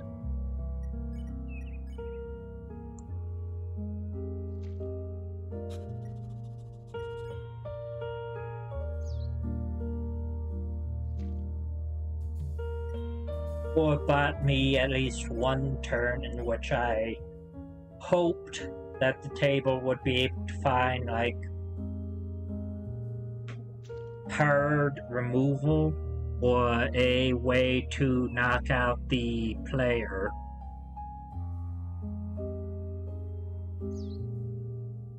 The problematic person at the table. But they'd rather just spend resources to get their resource engines back online than actually deal with the person that's the immediate threat.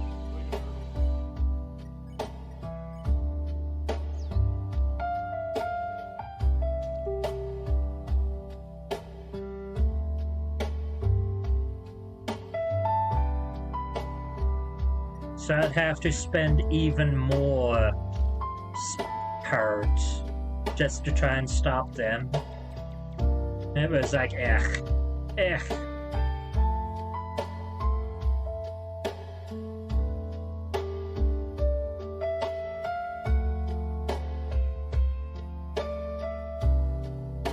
I like Psycho Rift, even if other people like don't.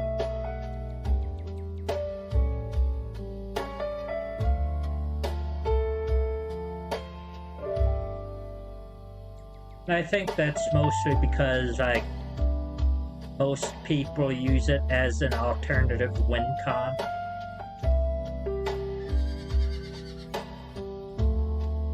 Or their token decks or what have you.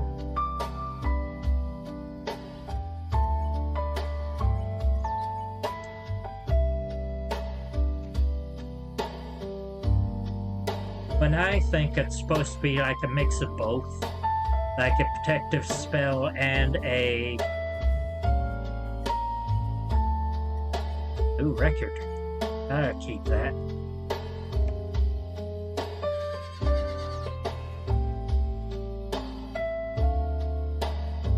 It's supposed to be like a mix of both.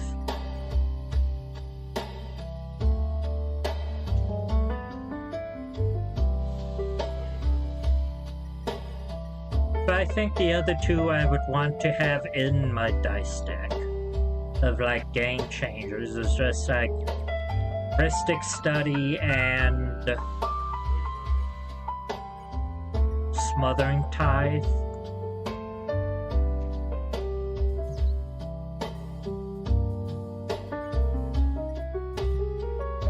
That's just because the dice cards are so bad that they kind of have to be carried by like a good solid mana engine such as Smothering Tithe and a solid draw engine such as Heuristic Study.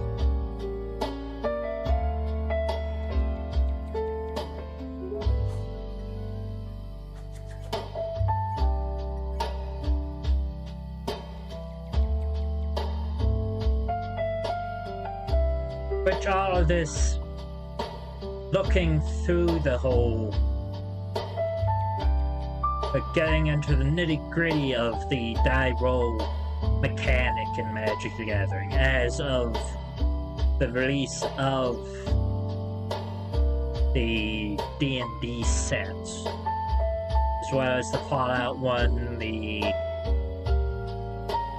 new Legendary coming out in like 2 months. 2 or 3 months.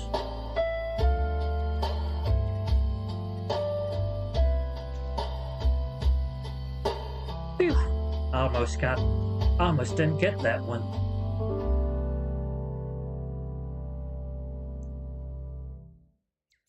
Like there's clear push towards it being like an aggro deck.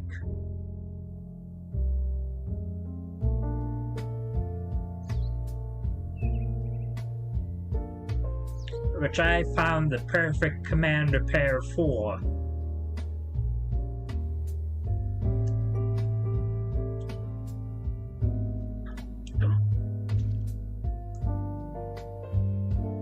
So believe you me, I'm close to breakthrough on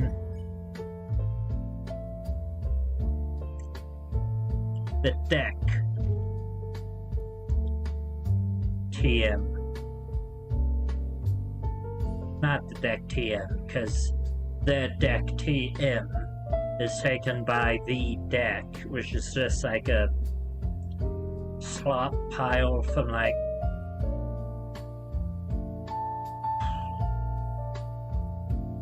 $2,000, I think it was.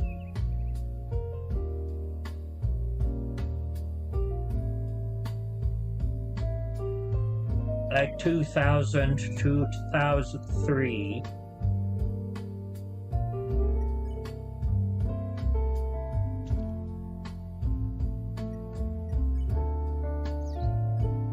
Whatever.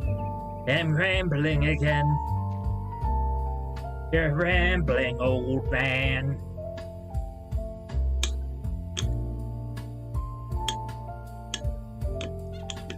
But the dice deck TM, which is the strongest way to play dice. Till Gavin releases like a strong 5-color commander that kind of brings together dice better.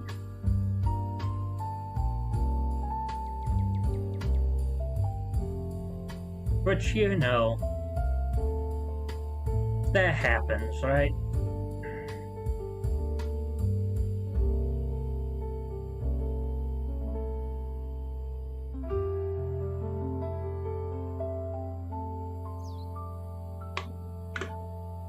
But the new Legendary coming in Mystery Booster Commander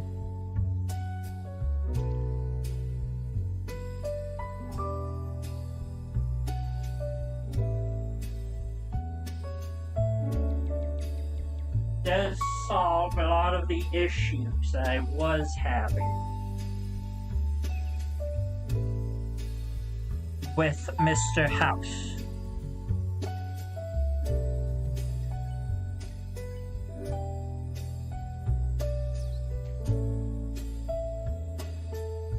Because Mr. House,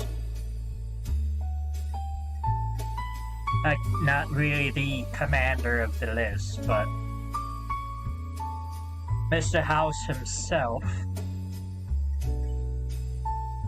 I kept trying to slot into the deck because his mana generation would be valuable in trying to get the deck up and running.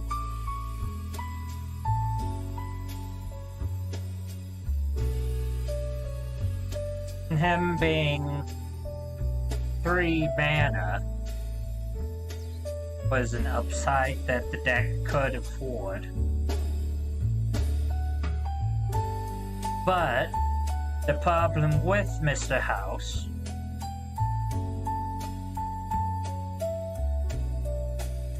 is that even though he was a win con all his own, he also just kind of sucked dick. Like, come on.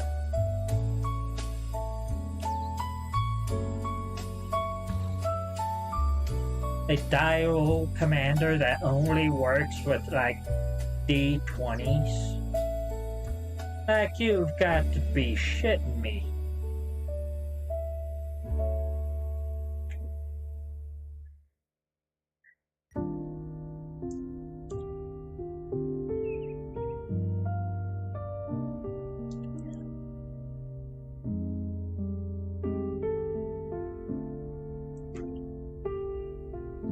I can bring him up real quick.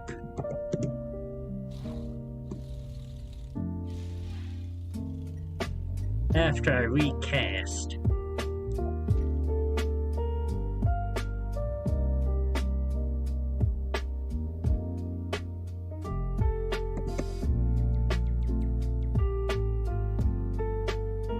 Like, look at this shit. Like people that have never looked at dice. Look at this. Whenever you roll a 4 or higher, you do the thing, which is making a robot. The robot itself being a 3/3. Then you make an additional treasure token if you roll exactly a 6 or higher.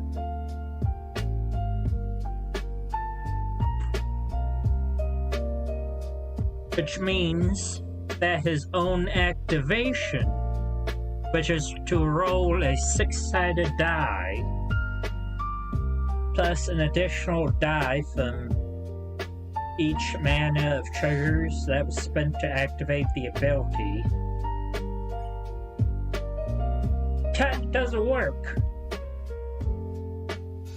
Because he doesn't reliably make treasures on his own to activate his own ability.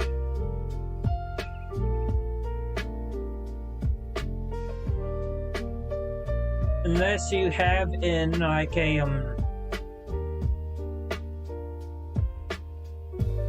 engine which you can do that reliably, which I found.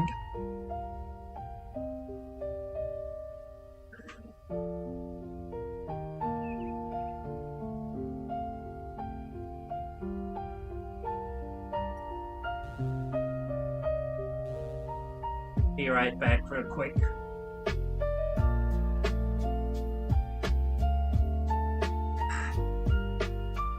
Yeah, I'll continue yapping.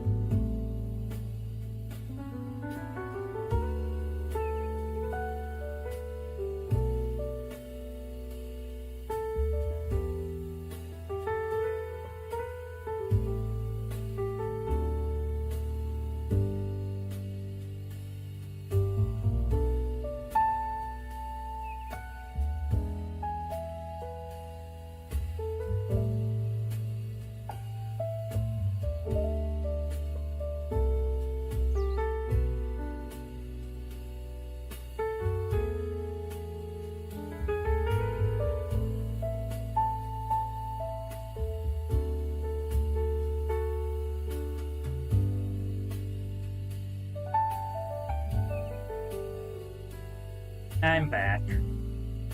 I am back!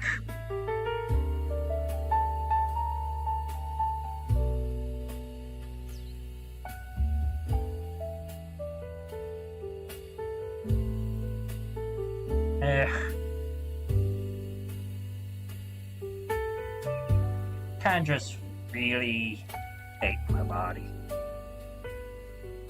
Can't really change it.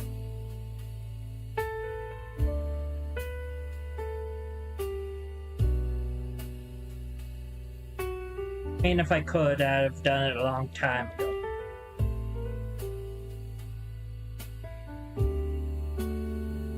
And I know someone's probably gonna come and bring up, oh, just go trans.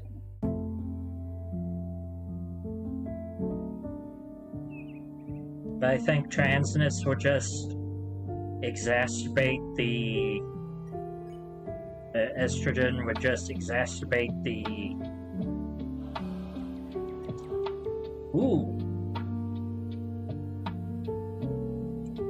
another holy mackerel. It beat the record of whatever I caught before too.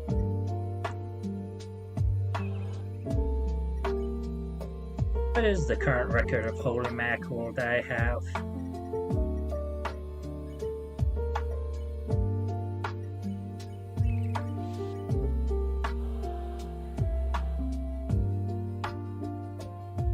Nine and 1. What I have here is 9 and 5.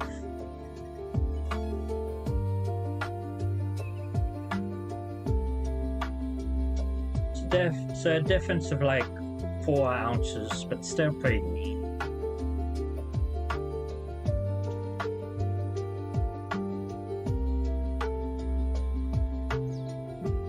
But anyway, as I was saying before,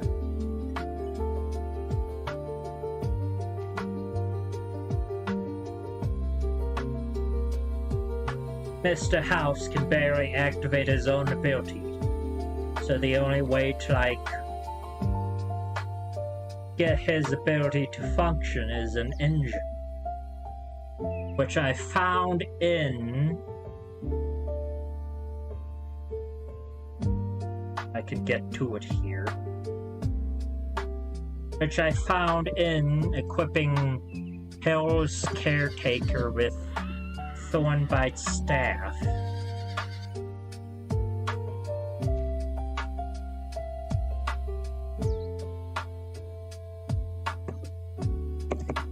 Should find her with Hell's Care. Which Hell's Caretaker taps to sacrifice a creature and return another one from the graveyard to the battlefield. Which there is like a bunch of creatures that can apply for this.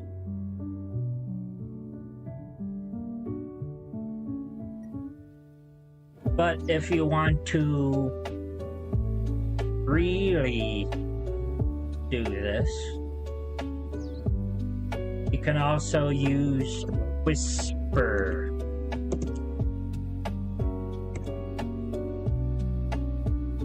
Whisper came in the Dominaria as a legendary, which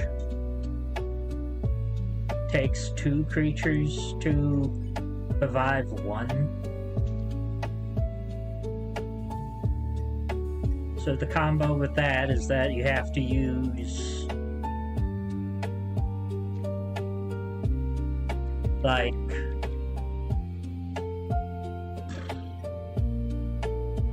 I think it's Swarm of Goblins.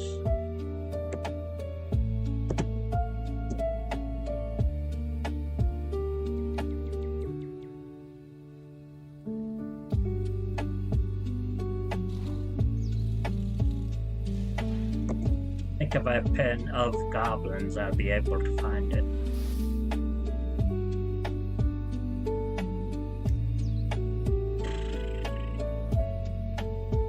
Okay, goblins.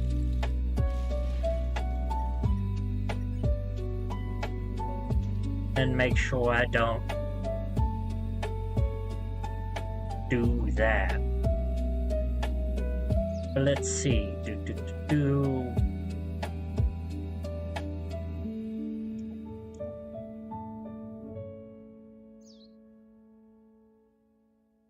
Swarming goblins.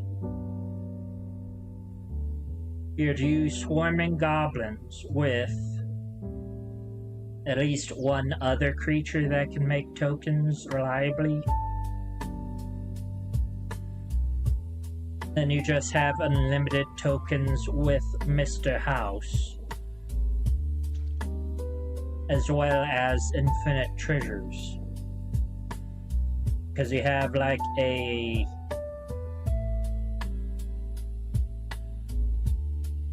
if I remember a 80% chance of rolling a 6 or higher.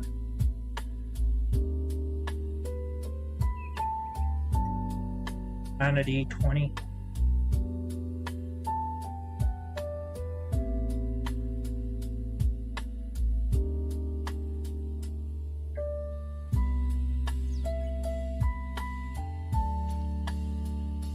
But then also with that, you have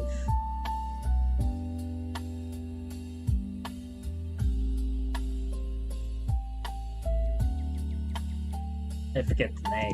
I forget his name. But he has the Cone of Cold. Scion of Stygia. You can flip-flop Scion of Stygia with the swarming goblins at some point. Then if you have like a haste enabler, you can just attack everyone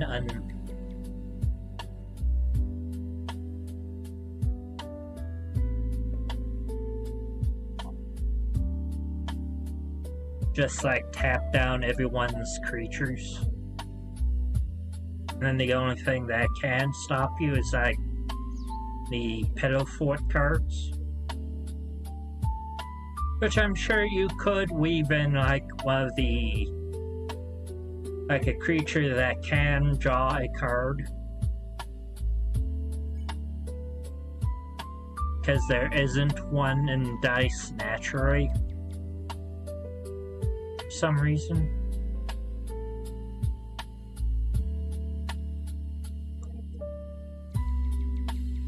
Like the only creature that can roll dice on his own is Arcane Investigator. But you have to spend like 7 mana to be able to draw 1 card. Or pick the best one out of 3.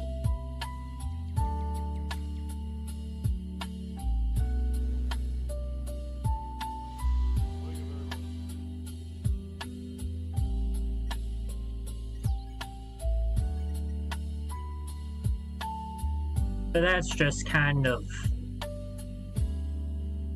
ass, if you ask me. I don't use Arcane Investigator. If you could help it.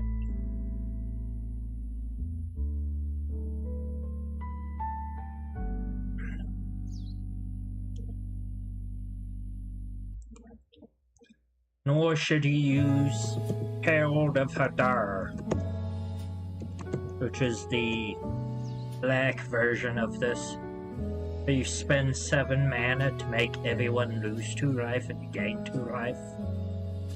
And then maybe, if you roll in that 20, you get 2 treasures back.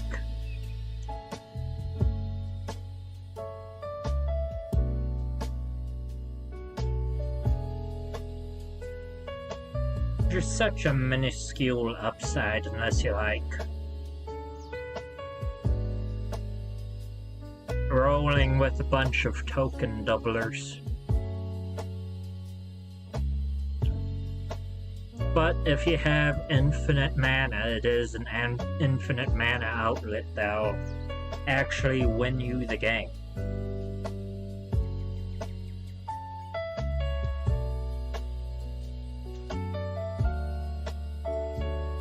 But I'm thinking with the way I want to take the deck,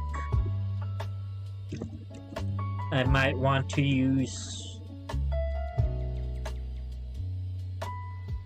I should read that one later. Conflagrate.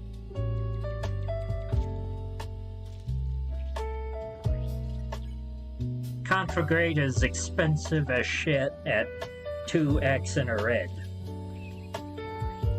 Meaning you're spending 3 mana just to spike something.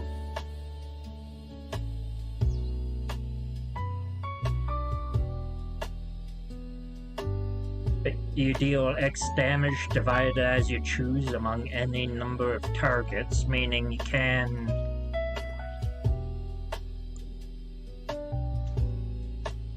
just use it to take out a bunch of tokens or something. Or one big creature and a little creature. But the big part here is that you can flash it back by discarding X cards.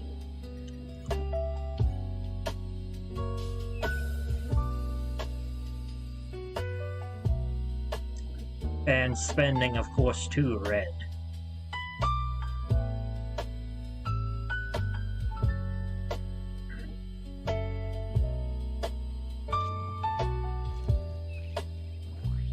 Then have it like... Then have it be like a finisher in your back pocket. Maybe.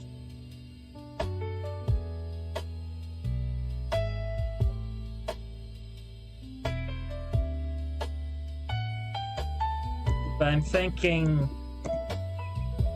if I ever get to that point, I might want to just play Firestorm instead, which is a instant for a single red.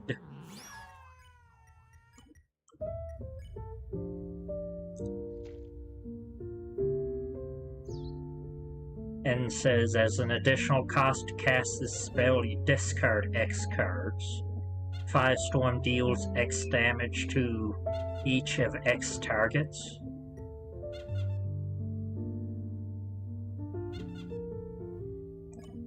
So it's kind of cringe if you have to target some of the sack players' things and they can just sack them away. But you should be able to have some creatures that you can just like sacrifice to this.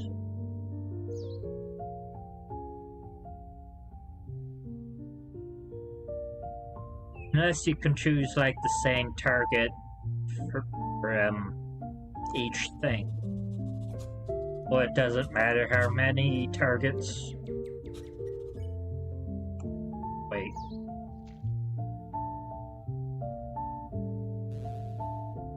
Yeah, it has to be exact targets. So it's not great, but it'll work, I guess.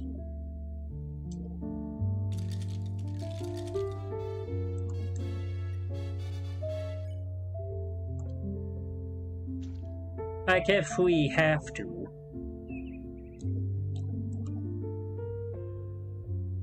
If I can ever swing $50 for a card.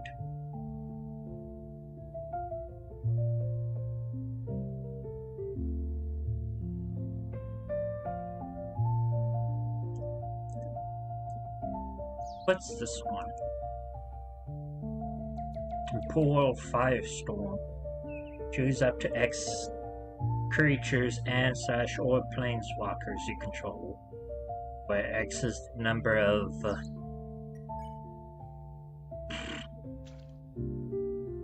where X is the number of times the spell was kicked, those permanents phase out, and then the firestorm deals 5 damage to each creature and each planeswalker.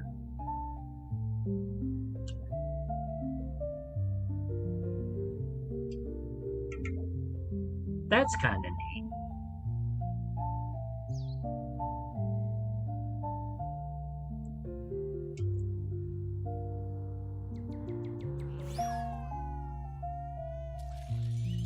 Expensive as shit, though.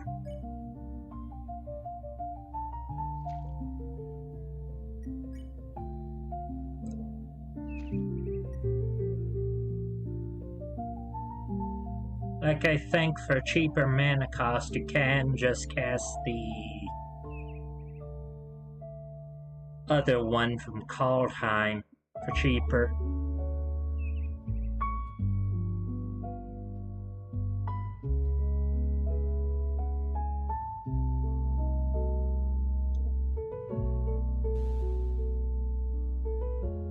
But if you have a way to make infinite mana, you want to kill everything.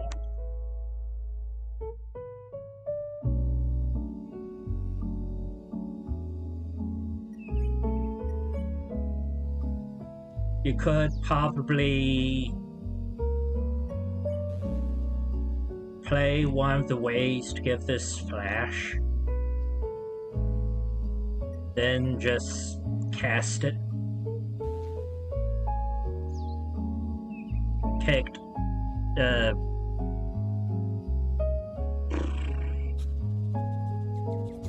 Kicked for everything.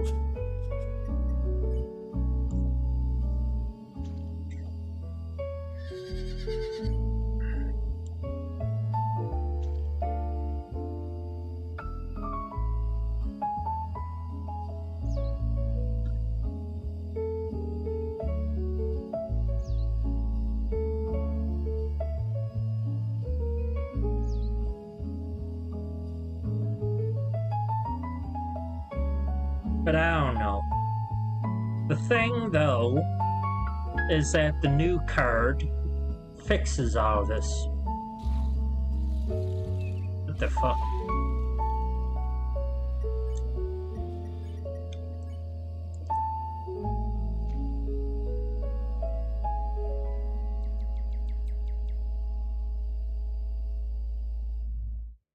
Chirography.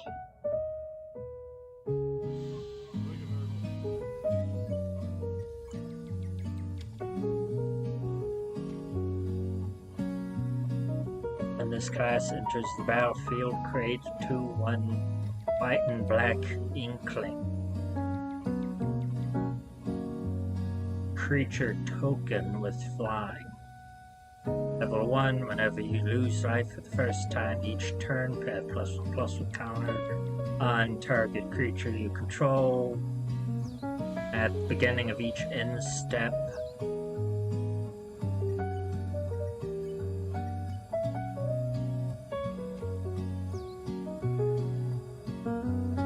if a modified creature died under your control this turn, create a 2/1 just like feeds itself.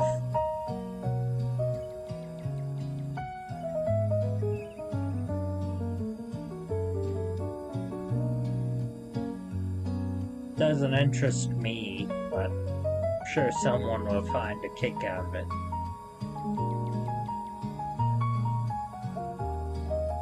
Why did I mush up the paper?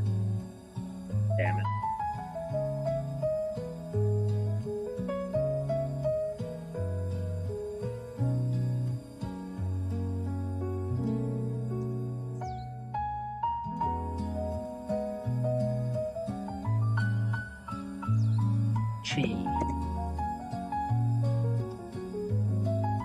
And sort by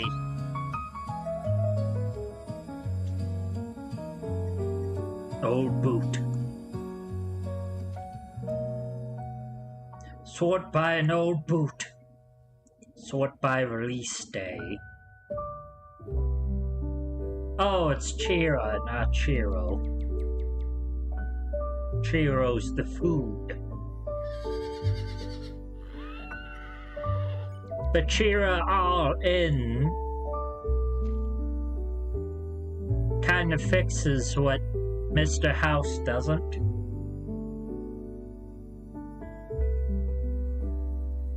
But spoilers, I'll probably not be able to afford the rest of the deck until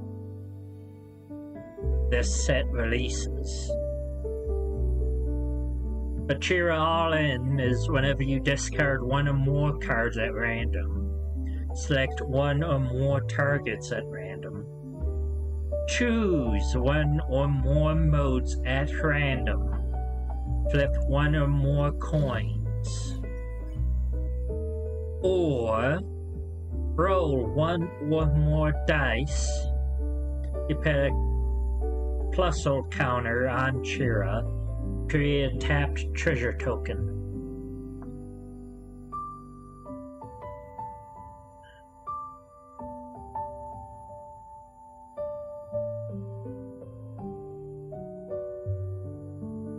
Don't really get the art, but I'm sure Gavin will put out a Hello Magic video explaining where all these creatures came from and all that kind of stuff.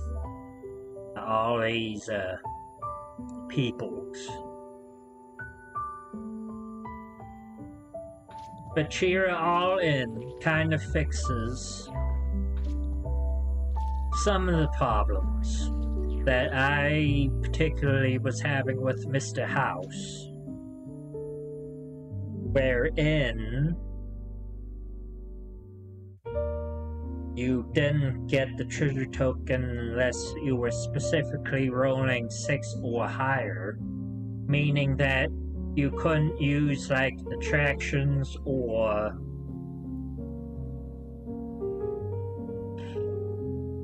anything else that rolled a d6 or below.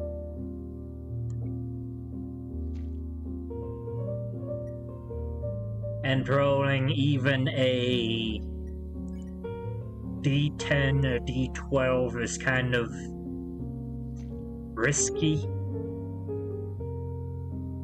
because there's like a big difference between like an 80% chance to get both the robot and the treasure token and a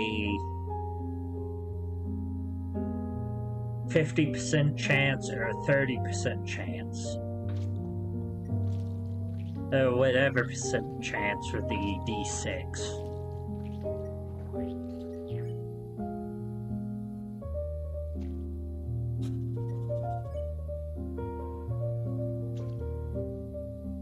But with this, with Chira, you kind of get the treasure token whenever you roll dice. But you know, you can now roll d4s and d10s and all those other kind of things, and be happy about it, and not have to worry about the numbers so much, which helps. And it also helps that if she has like niche uses with like gamble or oh, there's a gambler. Enters create the blackjack. Legendary 3 colors vehicle artifact token with flying and crew 2. Huh.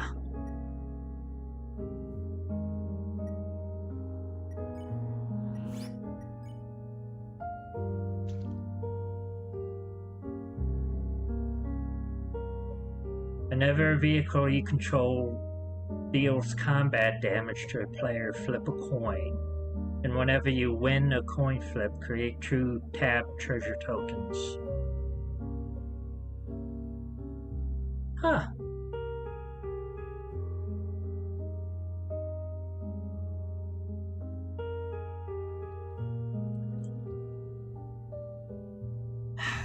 Why do coin flips get all the cool things? Oh, another bluefish. Because they hate dice, that's why.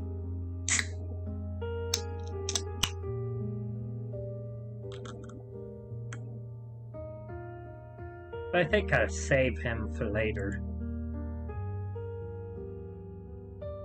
The gamble searches your library for a card and then you discard it at random. Discard a card at random, which will trigger her to counter on herself and create a tap treasure token. But the fact that Chira is generic means that you can attack with, like, strength testing hammer.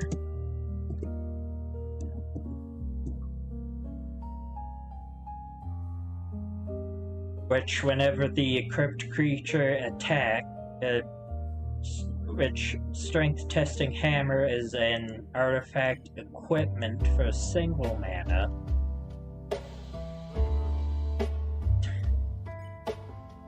Just get another fish while I'm trying to read. Which is strength testing hammer is an artifact equipment for single colorless.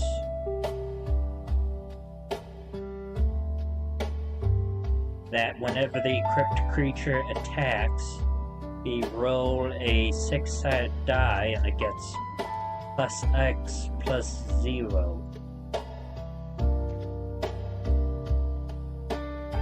Till end of turn, where X is the result. Then if that creature has the greatest power among creatures on the battlefield, or is tied, you draw a card. Then the equip cost is like 3 generic.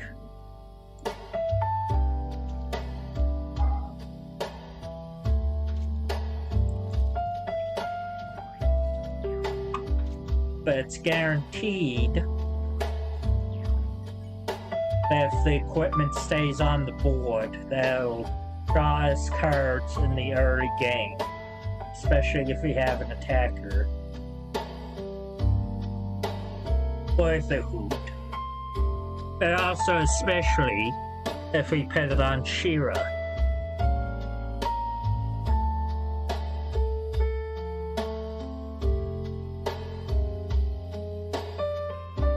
Because Chira will put a +1/+1 counter, +1 counter on herself. Then we get the bonus.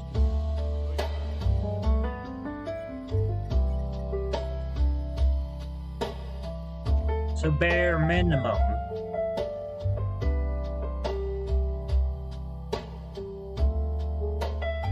That makes the equipment like a D6 +1.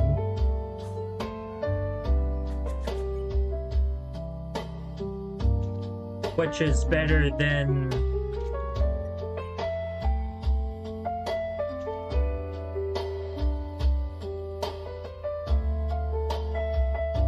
Mr. House, which only maybe makes us a robot and maybe makes us a treasure.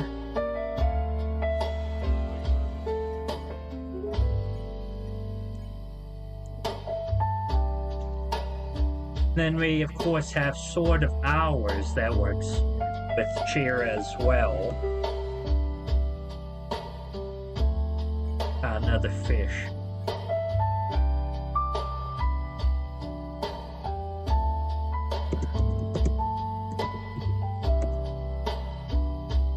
With Sword of Hours, when the equipped creature attacks, we put a +0 counter on her.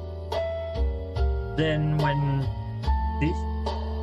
if she can deal combat damage, you roll a d12, and if the result is greater then the damage dealt, or the result, is 12.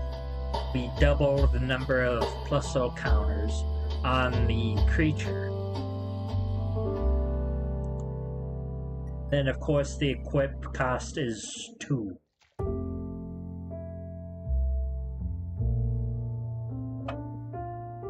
So this works great with Shira in particular, because we can put 2 counters on her when we attack. Meaning if we roll a 12, she can get out of hand really quickly. Which is exciting. Ooh.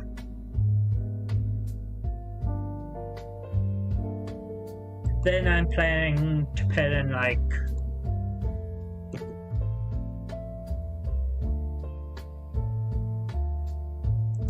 Beacon of Tomorrows, because we can free cast at least 1 instant or sorcery per turn cycle.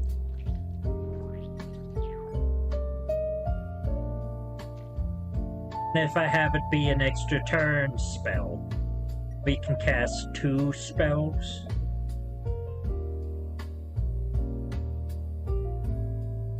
Then have Shira get really out of hand.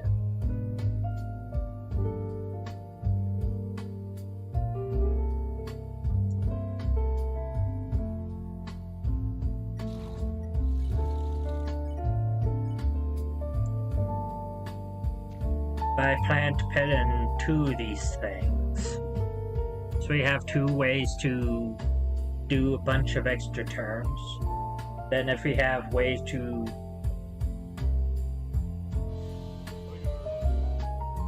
do extra spells.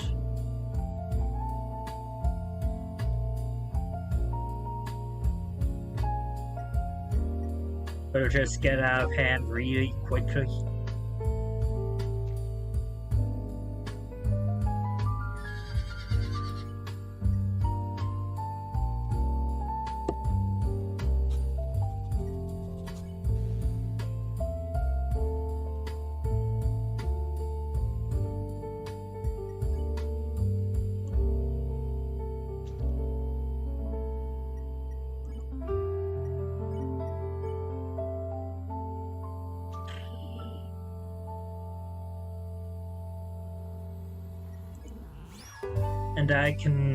And to get to Chira quicker, because I do want her to be a secret commander in this, rather than the Mr. House.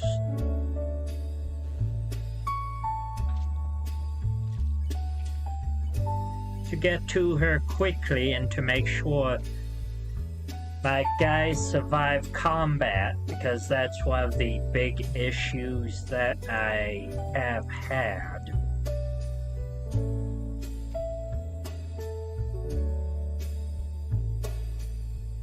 I was thinking of that one indestructible spaceship guy.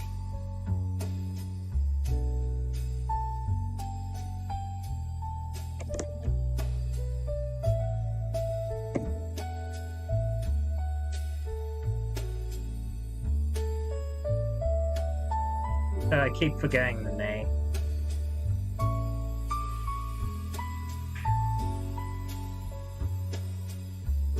The Sarima.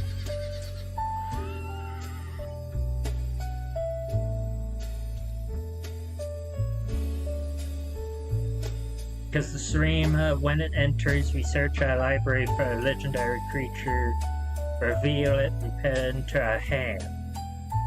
Then shuffle.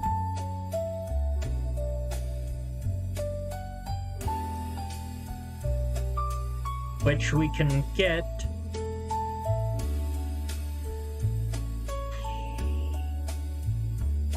then other tapped legendary creatures we control have indestructible if we can get up to Station 7. which one of our commanders already, which both of our commanders, if we can get them both out at once, or we have them both out at once, pays for 5 already, meaning we have to find like the other 2 somewhere. But we have creatures that are exactly 2 power, so it isn't going to be like a hassle to have the guys be protected by this. That's just the best one I could find besides field medic for this kind of thing.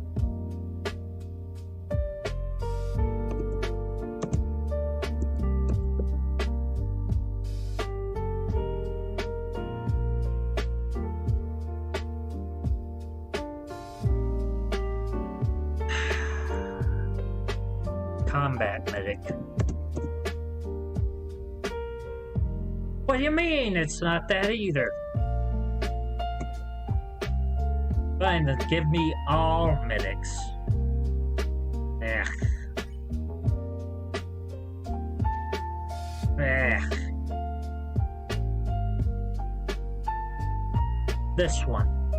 Frontline medic. Which when this creature attacks, and at least 2 other creatures attack, creatures we control gain indestructible. Then, of course, we have the flavor text of the writer of being able to sacrifice it to counter an X spell unless they pay 3. Which probably won't come up ever.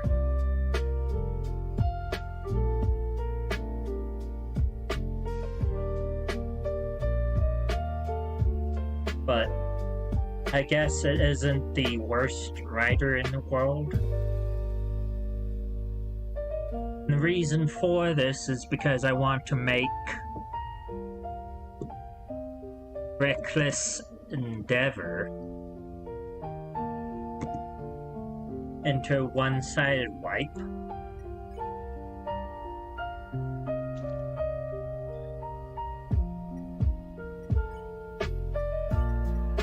Because I'm not really fond of like the one-sided board wipes. I like the red board wipes in particular. Because they just deal damage and then they're gone forever. Unless you're specifically doing like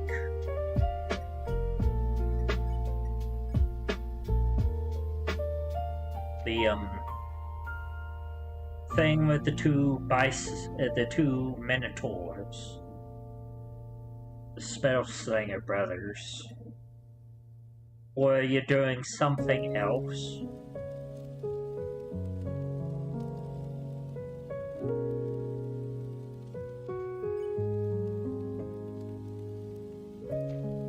Even though you can get up to like a bunch of treasures, you even get paid back for casting this spell, it isn't really that great. So being able to give all of our creatures indestructible would be the best option to kind of mitigate the downside of having 2 downed field. Especially if they're going to be running around with a bunch of 1/1s. And I say 1/1s because the reason I want to play with blue and not Bardu, which is Mr. House's colors. Hold on, just catching everything here real quick.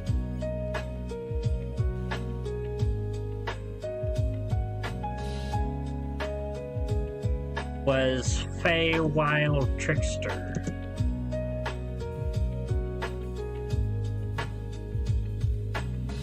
which Feywild Trickster, whenever we roll 1 or more dice, we create a 1/1 blue fairy dragon creature token.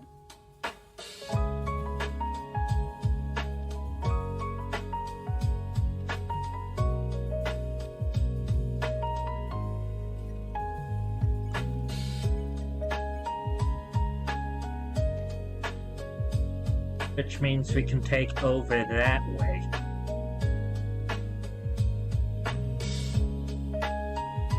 And I'm not like hip on attacking and being aggressive. So all of this is like completely new territory for me. So I've been trying to deal with that.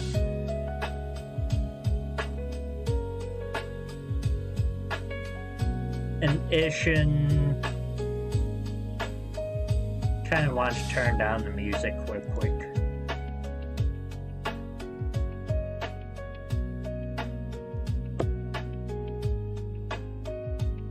And Ishin was another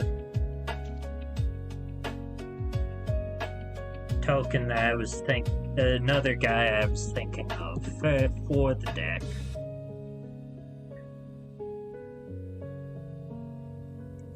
Ugh.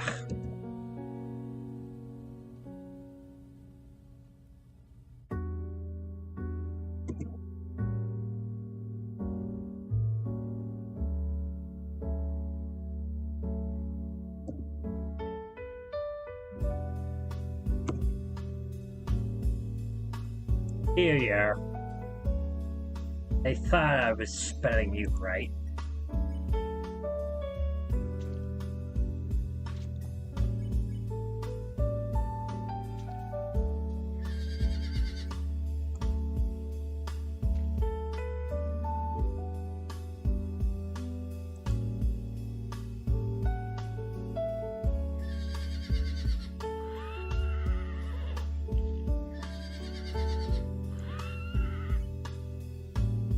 But Ishin Two Heavens as one, I thought was like a shoe-in for the deck. Because whenever, if a creature attacking causes a triggered ability of a permanent you control to trigger, that ability triggers an additional time. Which I thought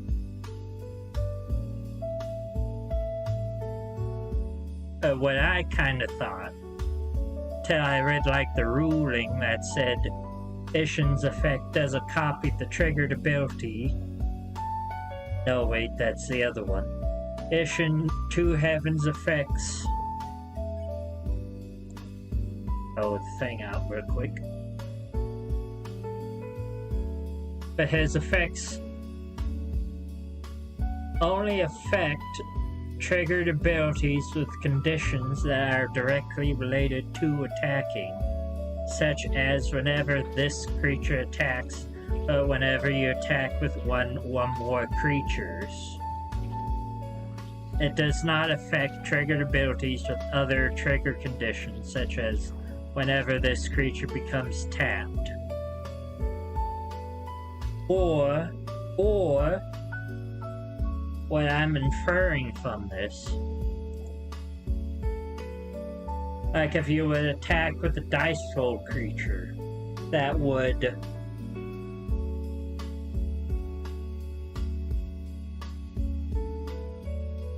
roll 2 dice instead of 1 for his triggered ability, but you wouldn't get 4 dragons off of Feywild Trickster. And you wouldn't get 4 treasure tokens off of a Chira, which is unfortunate.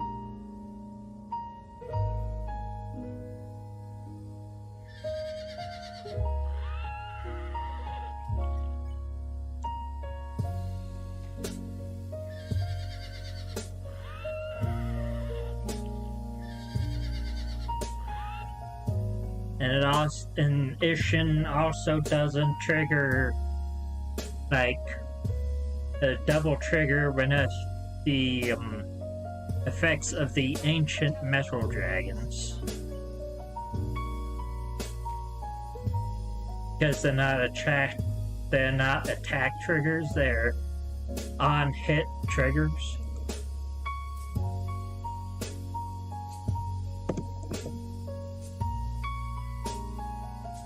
So you wouldn't be able to roll 2d20s with this.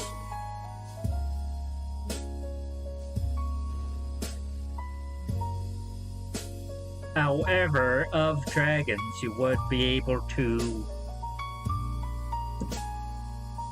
of dragons and dice. Ah, come on.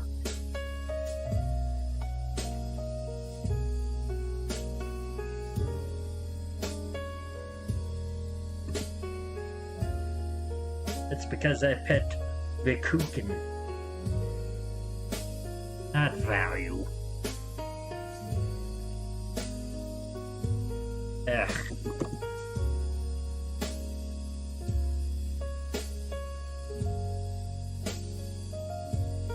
Wait, how was I spelling it? Yeah, I had it right. However, it does double trigger this guy,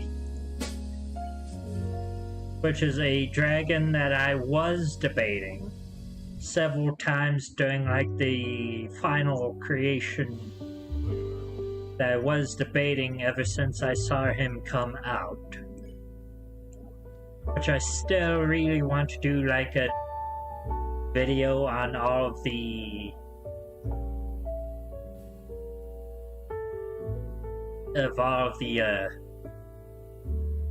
Sega Dreamcast cards. Just because after Ardent Angel came out, I made like a ancient thread of all of the dice roll cards.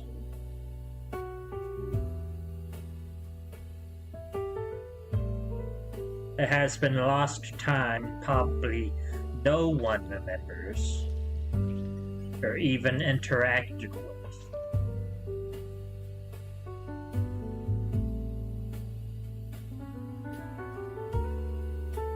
Well, I just went through all of the Dreamcast cards and made like paper equivalents, how I thought they would fit within dice at that time.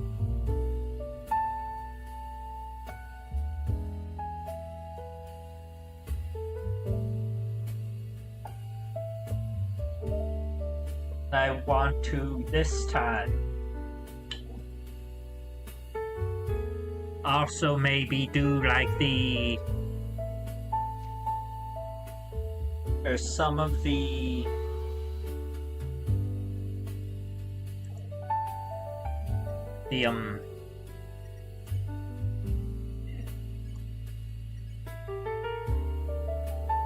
I want to do some of the Chandelier cards. Because if we're getting like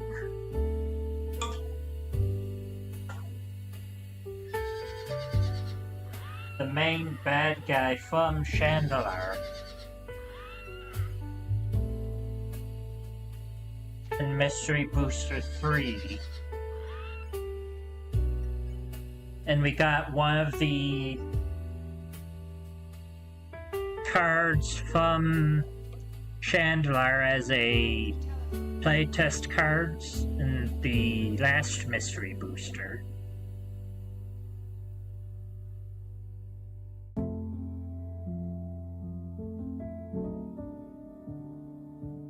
Is it raining outside?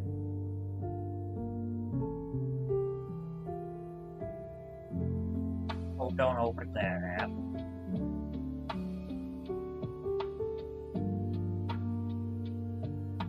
Holy shit, it is. Downpour of all time.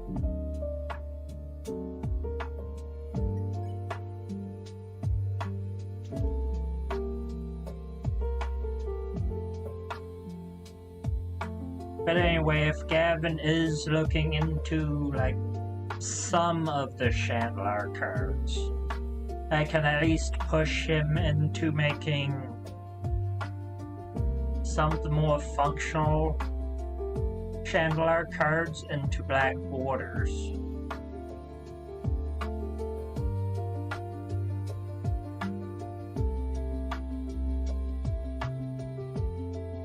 Maybe get like a made-to-order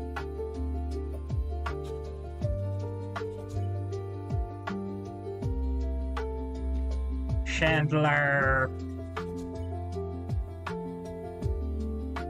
maybe like a made-to-order chandelier and the chandelier Dreamcast secret layer.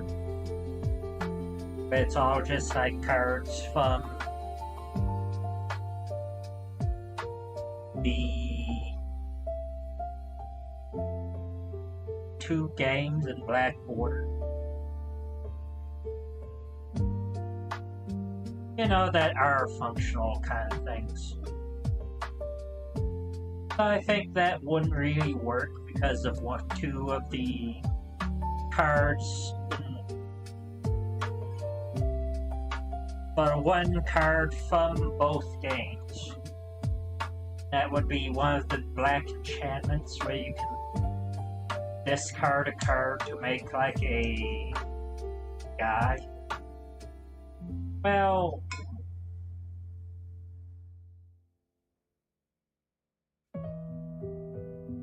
there's actually a few cards that want to be put in black border, so they would probably have to be like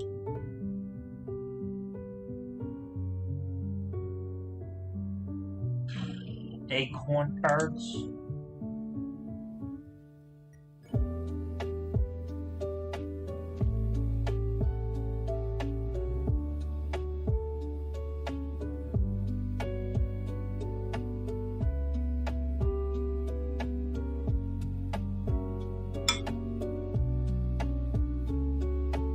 Which I wouldn't mind. I also wouldn't mind if they actually made like future cards inspired by the few designs that don't work.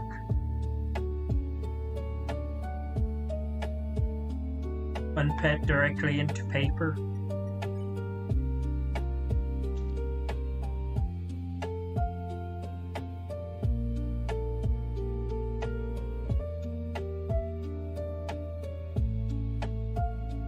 I think most of the cards can work in paper. Even the one playtest card one, but the one that Gavin made into a playtest card for some reason, which I can pull up here real quick. If my computer doesn't do that.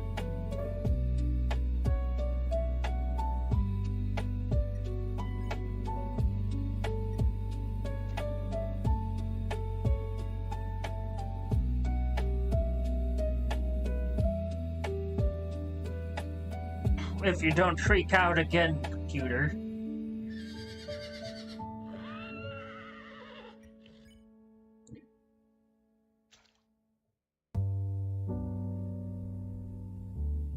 Call of the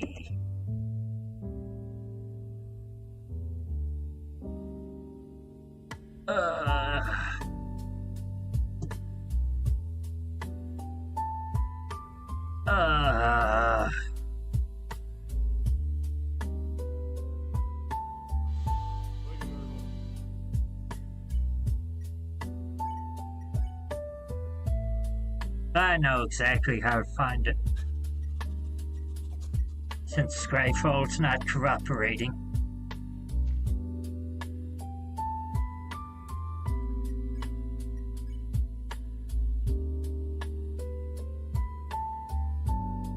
I can probably look away from Toontown again. Gem Bazaar. which there is a way to make this work in paper.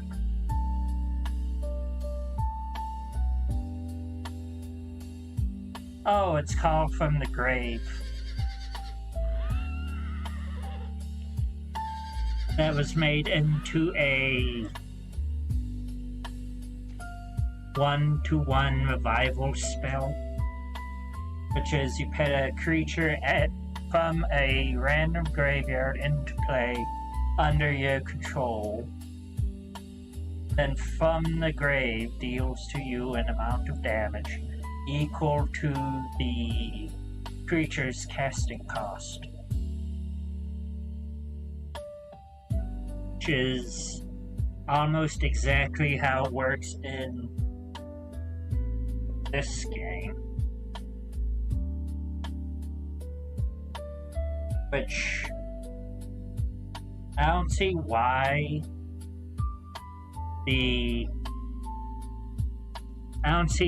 Gavin didn't make it Black Order per se, because we have other cards that pits it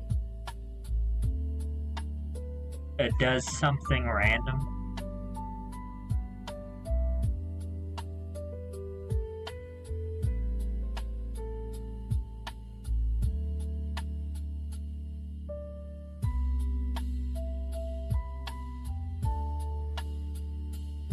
I could probably find another one if I copy random creature.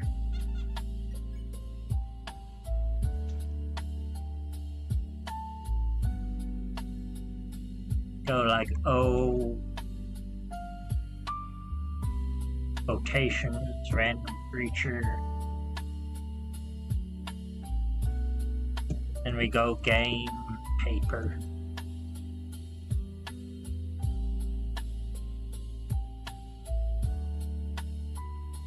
F.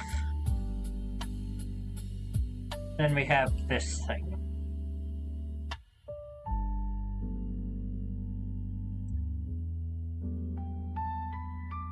Which does not help.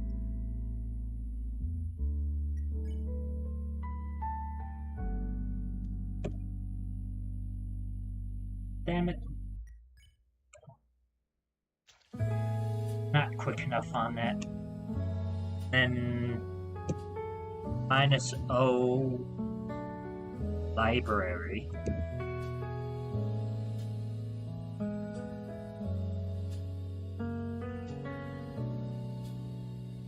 Then we have all of the cards that discard a card at random.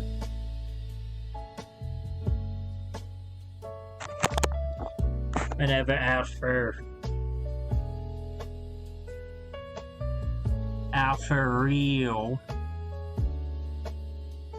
Rail. Whenever Alpha Rail attacks. Stop it, game!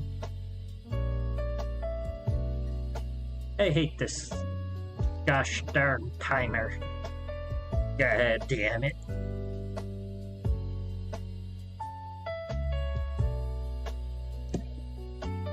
Want to go -O discard.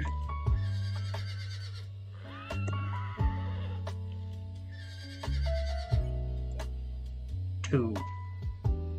Because I know a lot of cards like discard at random. Whenever you cast your first instant or sorcery spell each turn, exile an instant or sorcery card at random from your graveyard. Then copy each card exiled with Arcane Bombardment.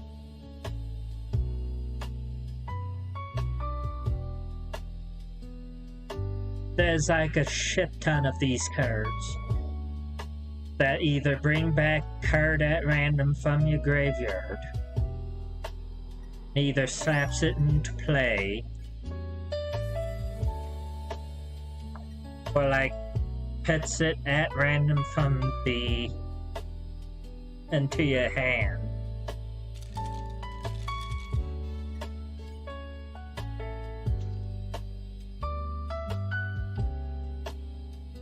and especially Fossil Find.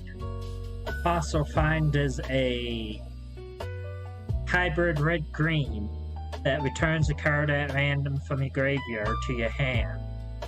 Then you reorder your graveyard. Which, to be honest, they are doing this with...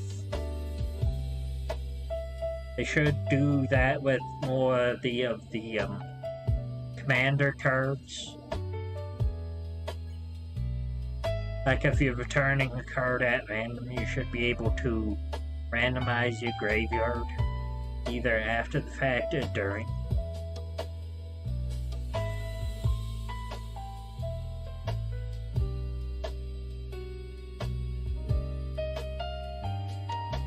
This one. When Ghoul Raiser enters the battlefield, we return a zombie card at random from our graveyard to our hand.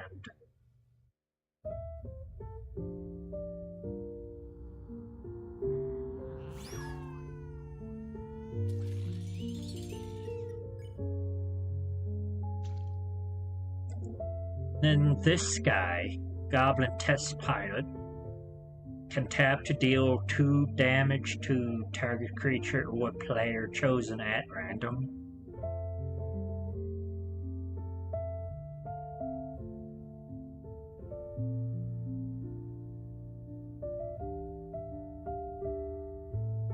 Grip of Chaos. Whenever a spell or ability is put onto the stack, reselect its target at random if it has a single target. Haphazard Bombardment. Haphazard Bombardment enters the battlefield. Choose 4 non-enchantment permanents you don't control. Put an aim counter on each of them.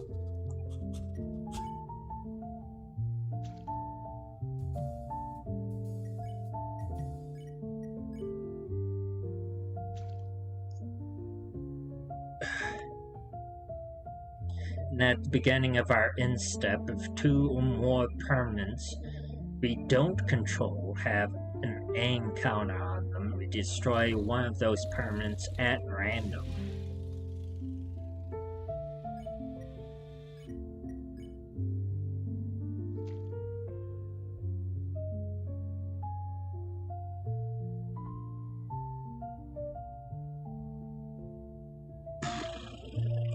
So I don't know why it isn't black border. I probably want to test it to see if he can put in black border. But not put in black border directly yet.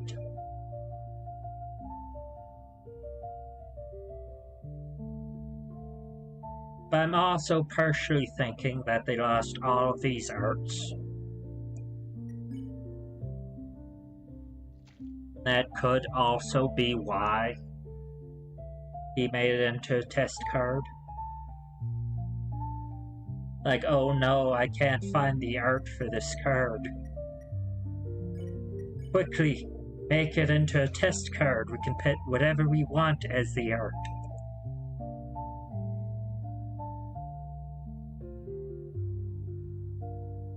Some of these cards just wouldn't work though, but others would.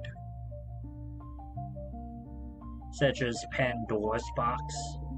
Like, I'm surprised Gavin wasn't just like over the moon at Pandora's Box, saying it's so good for his deck. Just steal a creature at random from someone. Flip a coin every turn.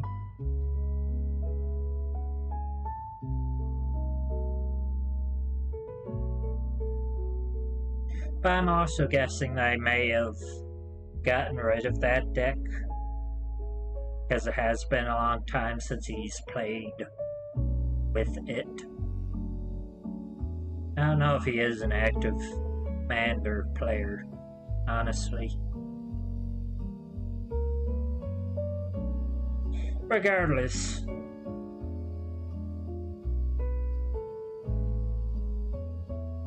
I do have to find a way to squeeze in 13 cards.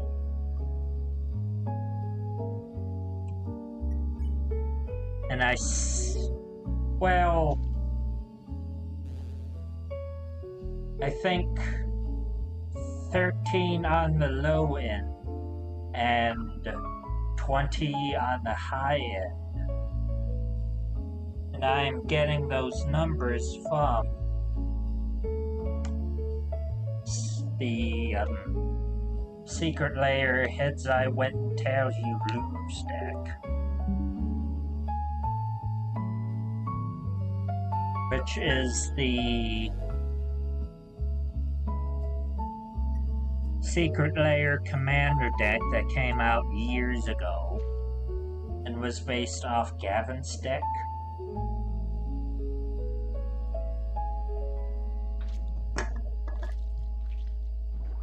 Where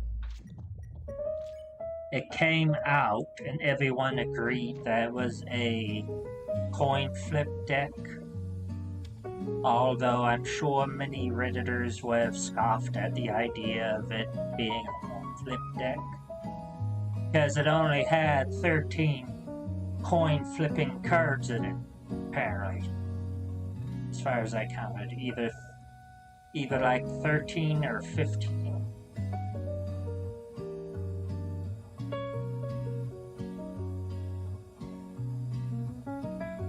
No.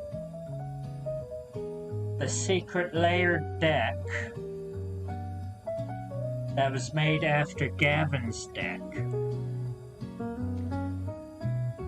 was made after the whole influx of coin flip cards from the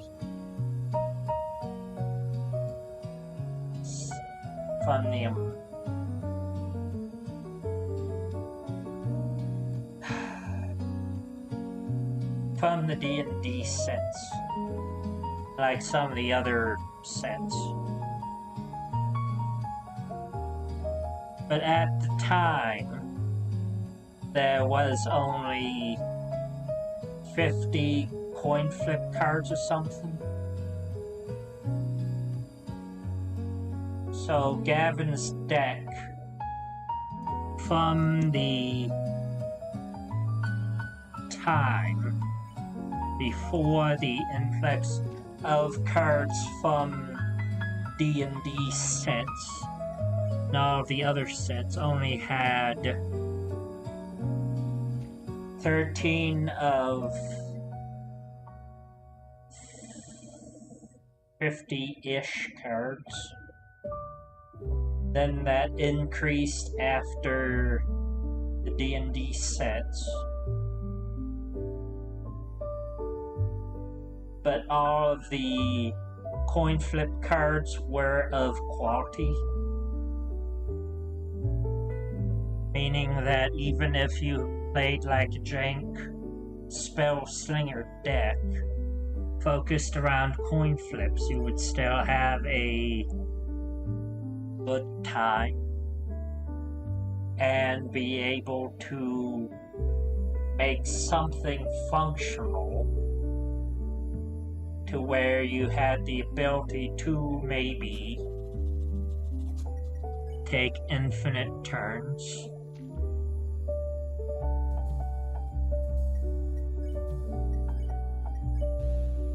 But with dice in particular, even though there's like a bunch of cards, the play designers tried their best to make them all suck to a degree.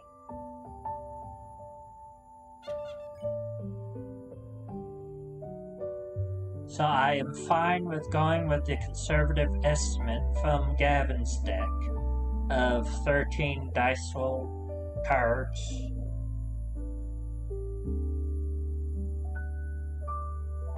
Then if I can accidentally do it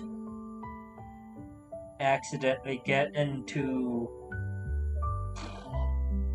15 to 18 cards, which I think from the secret layer heads I win, tails you lose, if we're emulating coin tossing.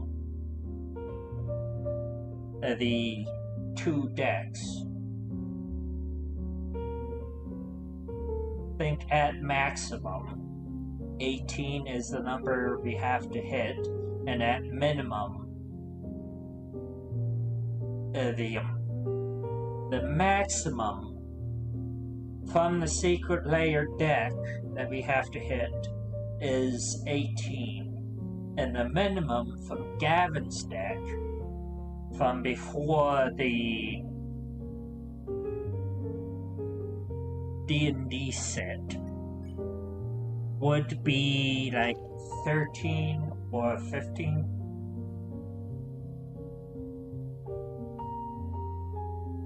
But that said, do we include the attraction openers in that?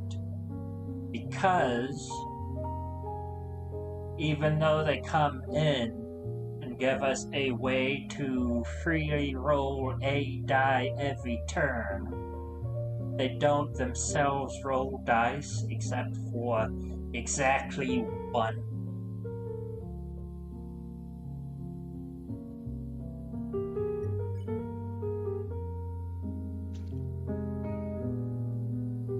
And I want to include, I think, 5 or 6.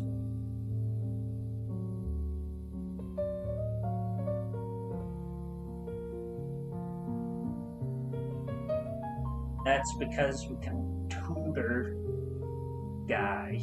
any of the guys if we need them. And that would cut the amount of cards we would have to run from 13 down to 8. That would be 8 cards that directly roll dice.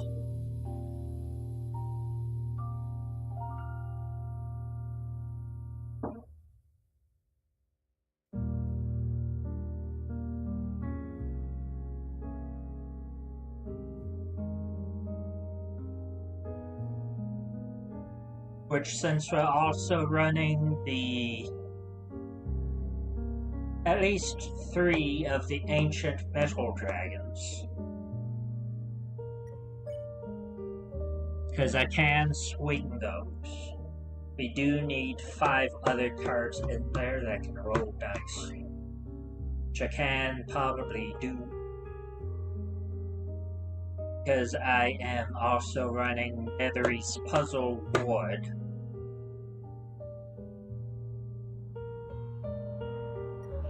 which rolls a die every turn. That's a D4. And is also another reason I don't want to run Mr. House, because I can't run Nethery's Puzzle Ward and Mr. House at the same time. Unless I get exactly Barbarian class in my opening hand.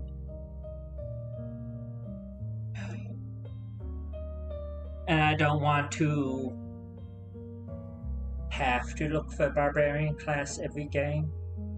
Like, Barbarian class is a neat thing to have.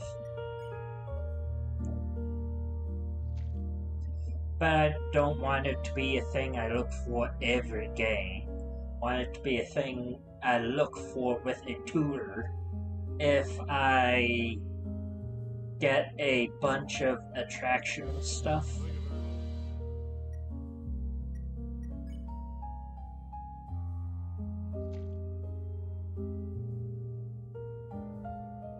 Because Barbarian class directly works with attractions, because whenever we roll one die, we roll to them things and keep the higher result.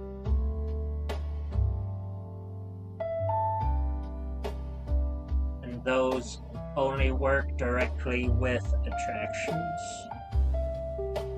Because attractions, you want to roll 6 every time, because otherwise the value you get from them is relative to nothing, basically.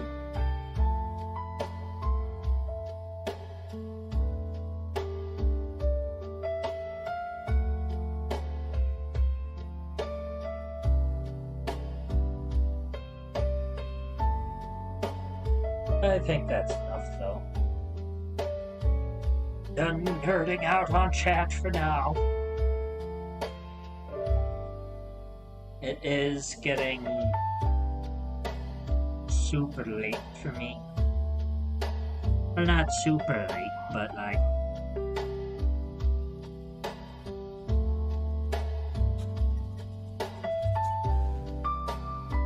my stream is getting a bit longer than I would have liked to. While I would end the day with like a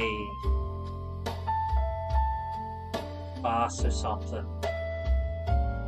they do have to take care of some stuff.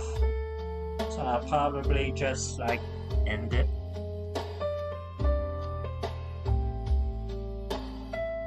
One of those.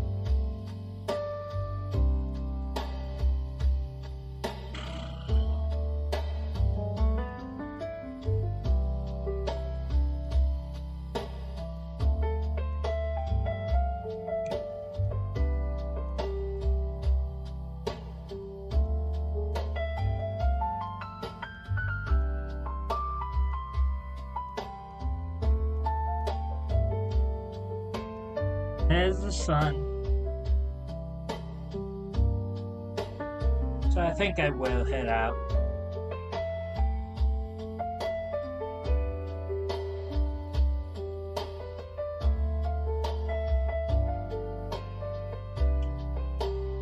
Probably also look up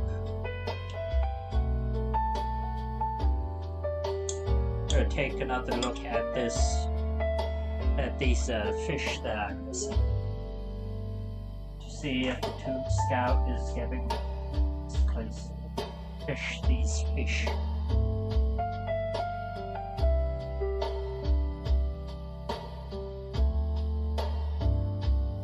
But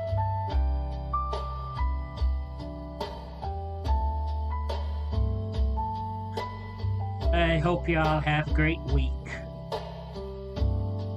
I'll at least try to, though I'm going into like probably doing a bunch of rough stuff. And also try to get better sleep because my back has been kind of killing me.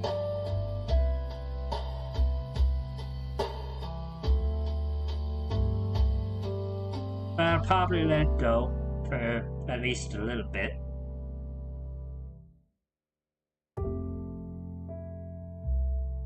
But, so long.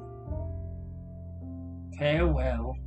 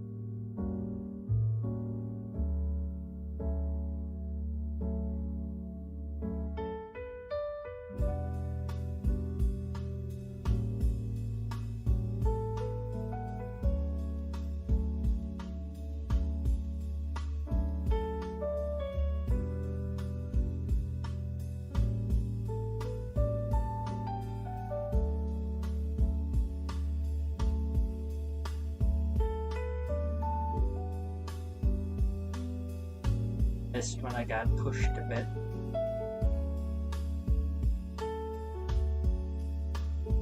Because I kind of want to see the next phase of this cycle that I got.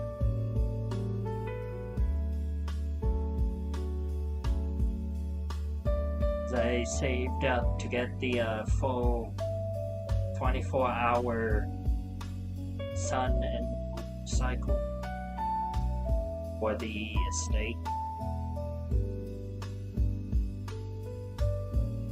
Should think would just be a default thing.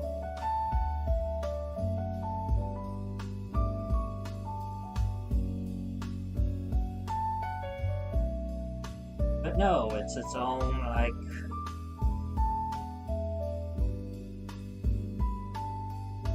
thing.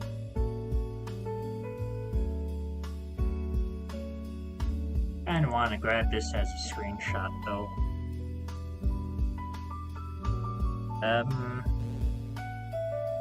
Oh, that's not it.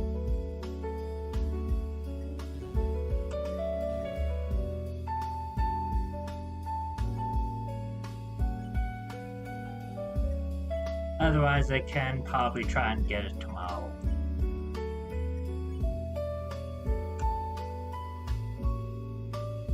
Screenshot F9. I forgot the other one. God damn it.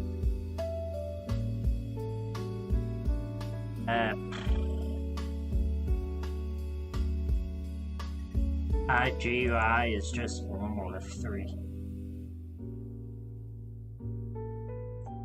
Then F8.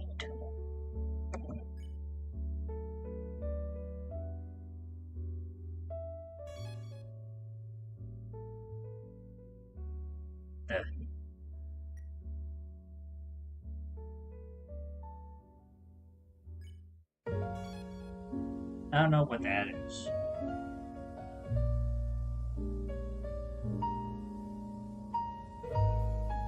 Ugh, I forgot it. No! No!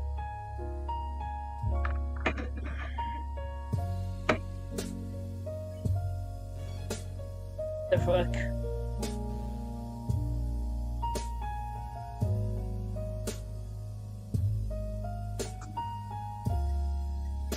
Doing something I'm not intending. Oh, I'm opening my sticker.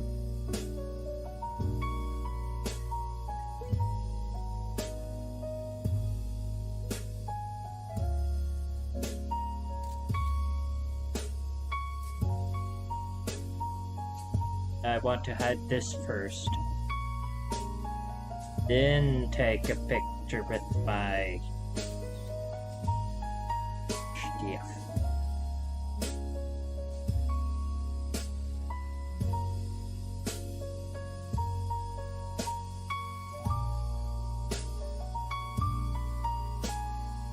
Probably find a use for that.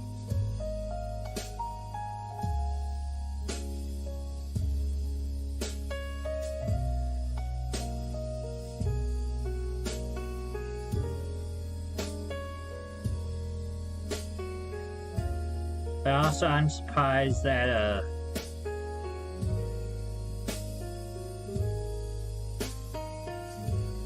hiding the GUI also hides the sticker book stuff as well.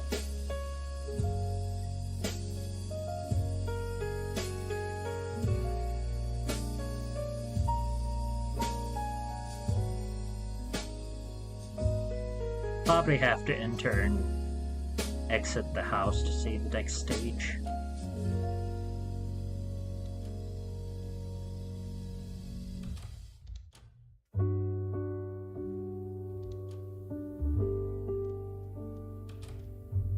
Oh, it only happens on a half hour. And just making shit up.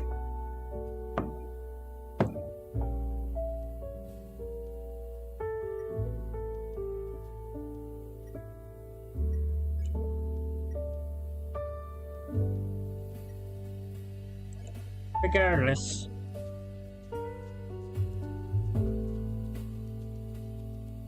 probably have another fishing stream in the future.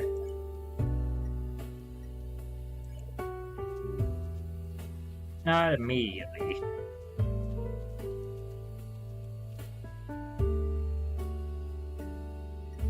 Probably like after I finish off the suits.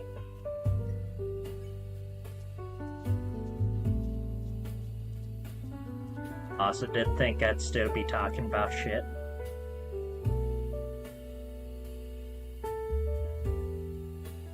But I know people just leave whenever I go AFK. It's whatever.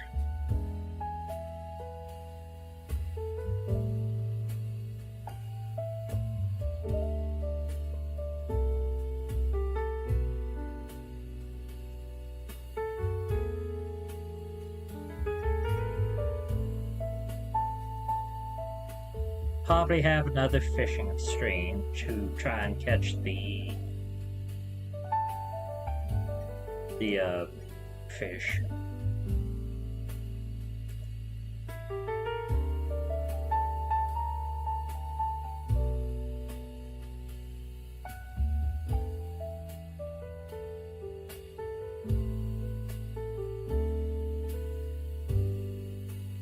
But yeah, I think I'm just gonna go. Instead of just awkwardly talking. So long. See y'all. Bye.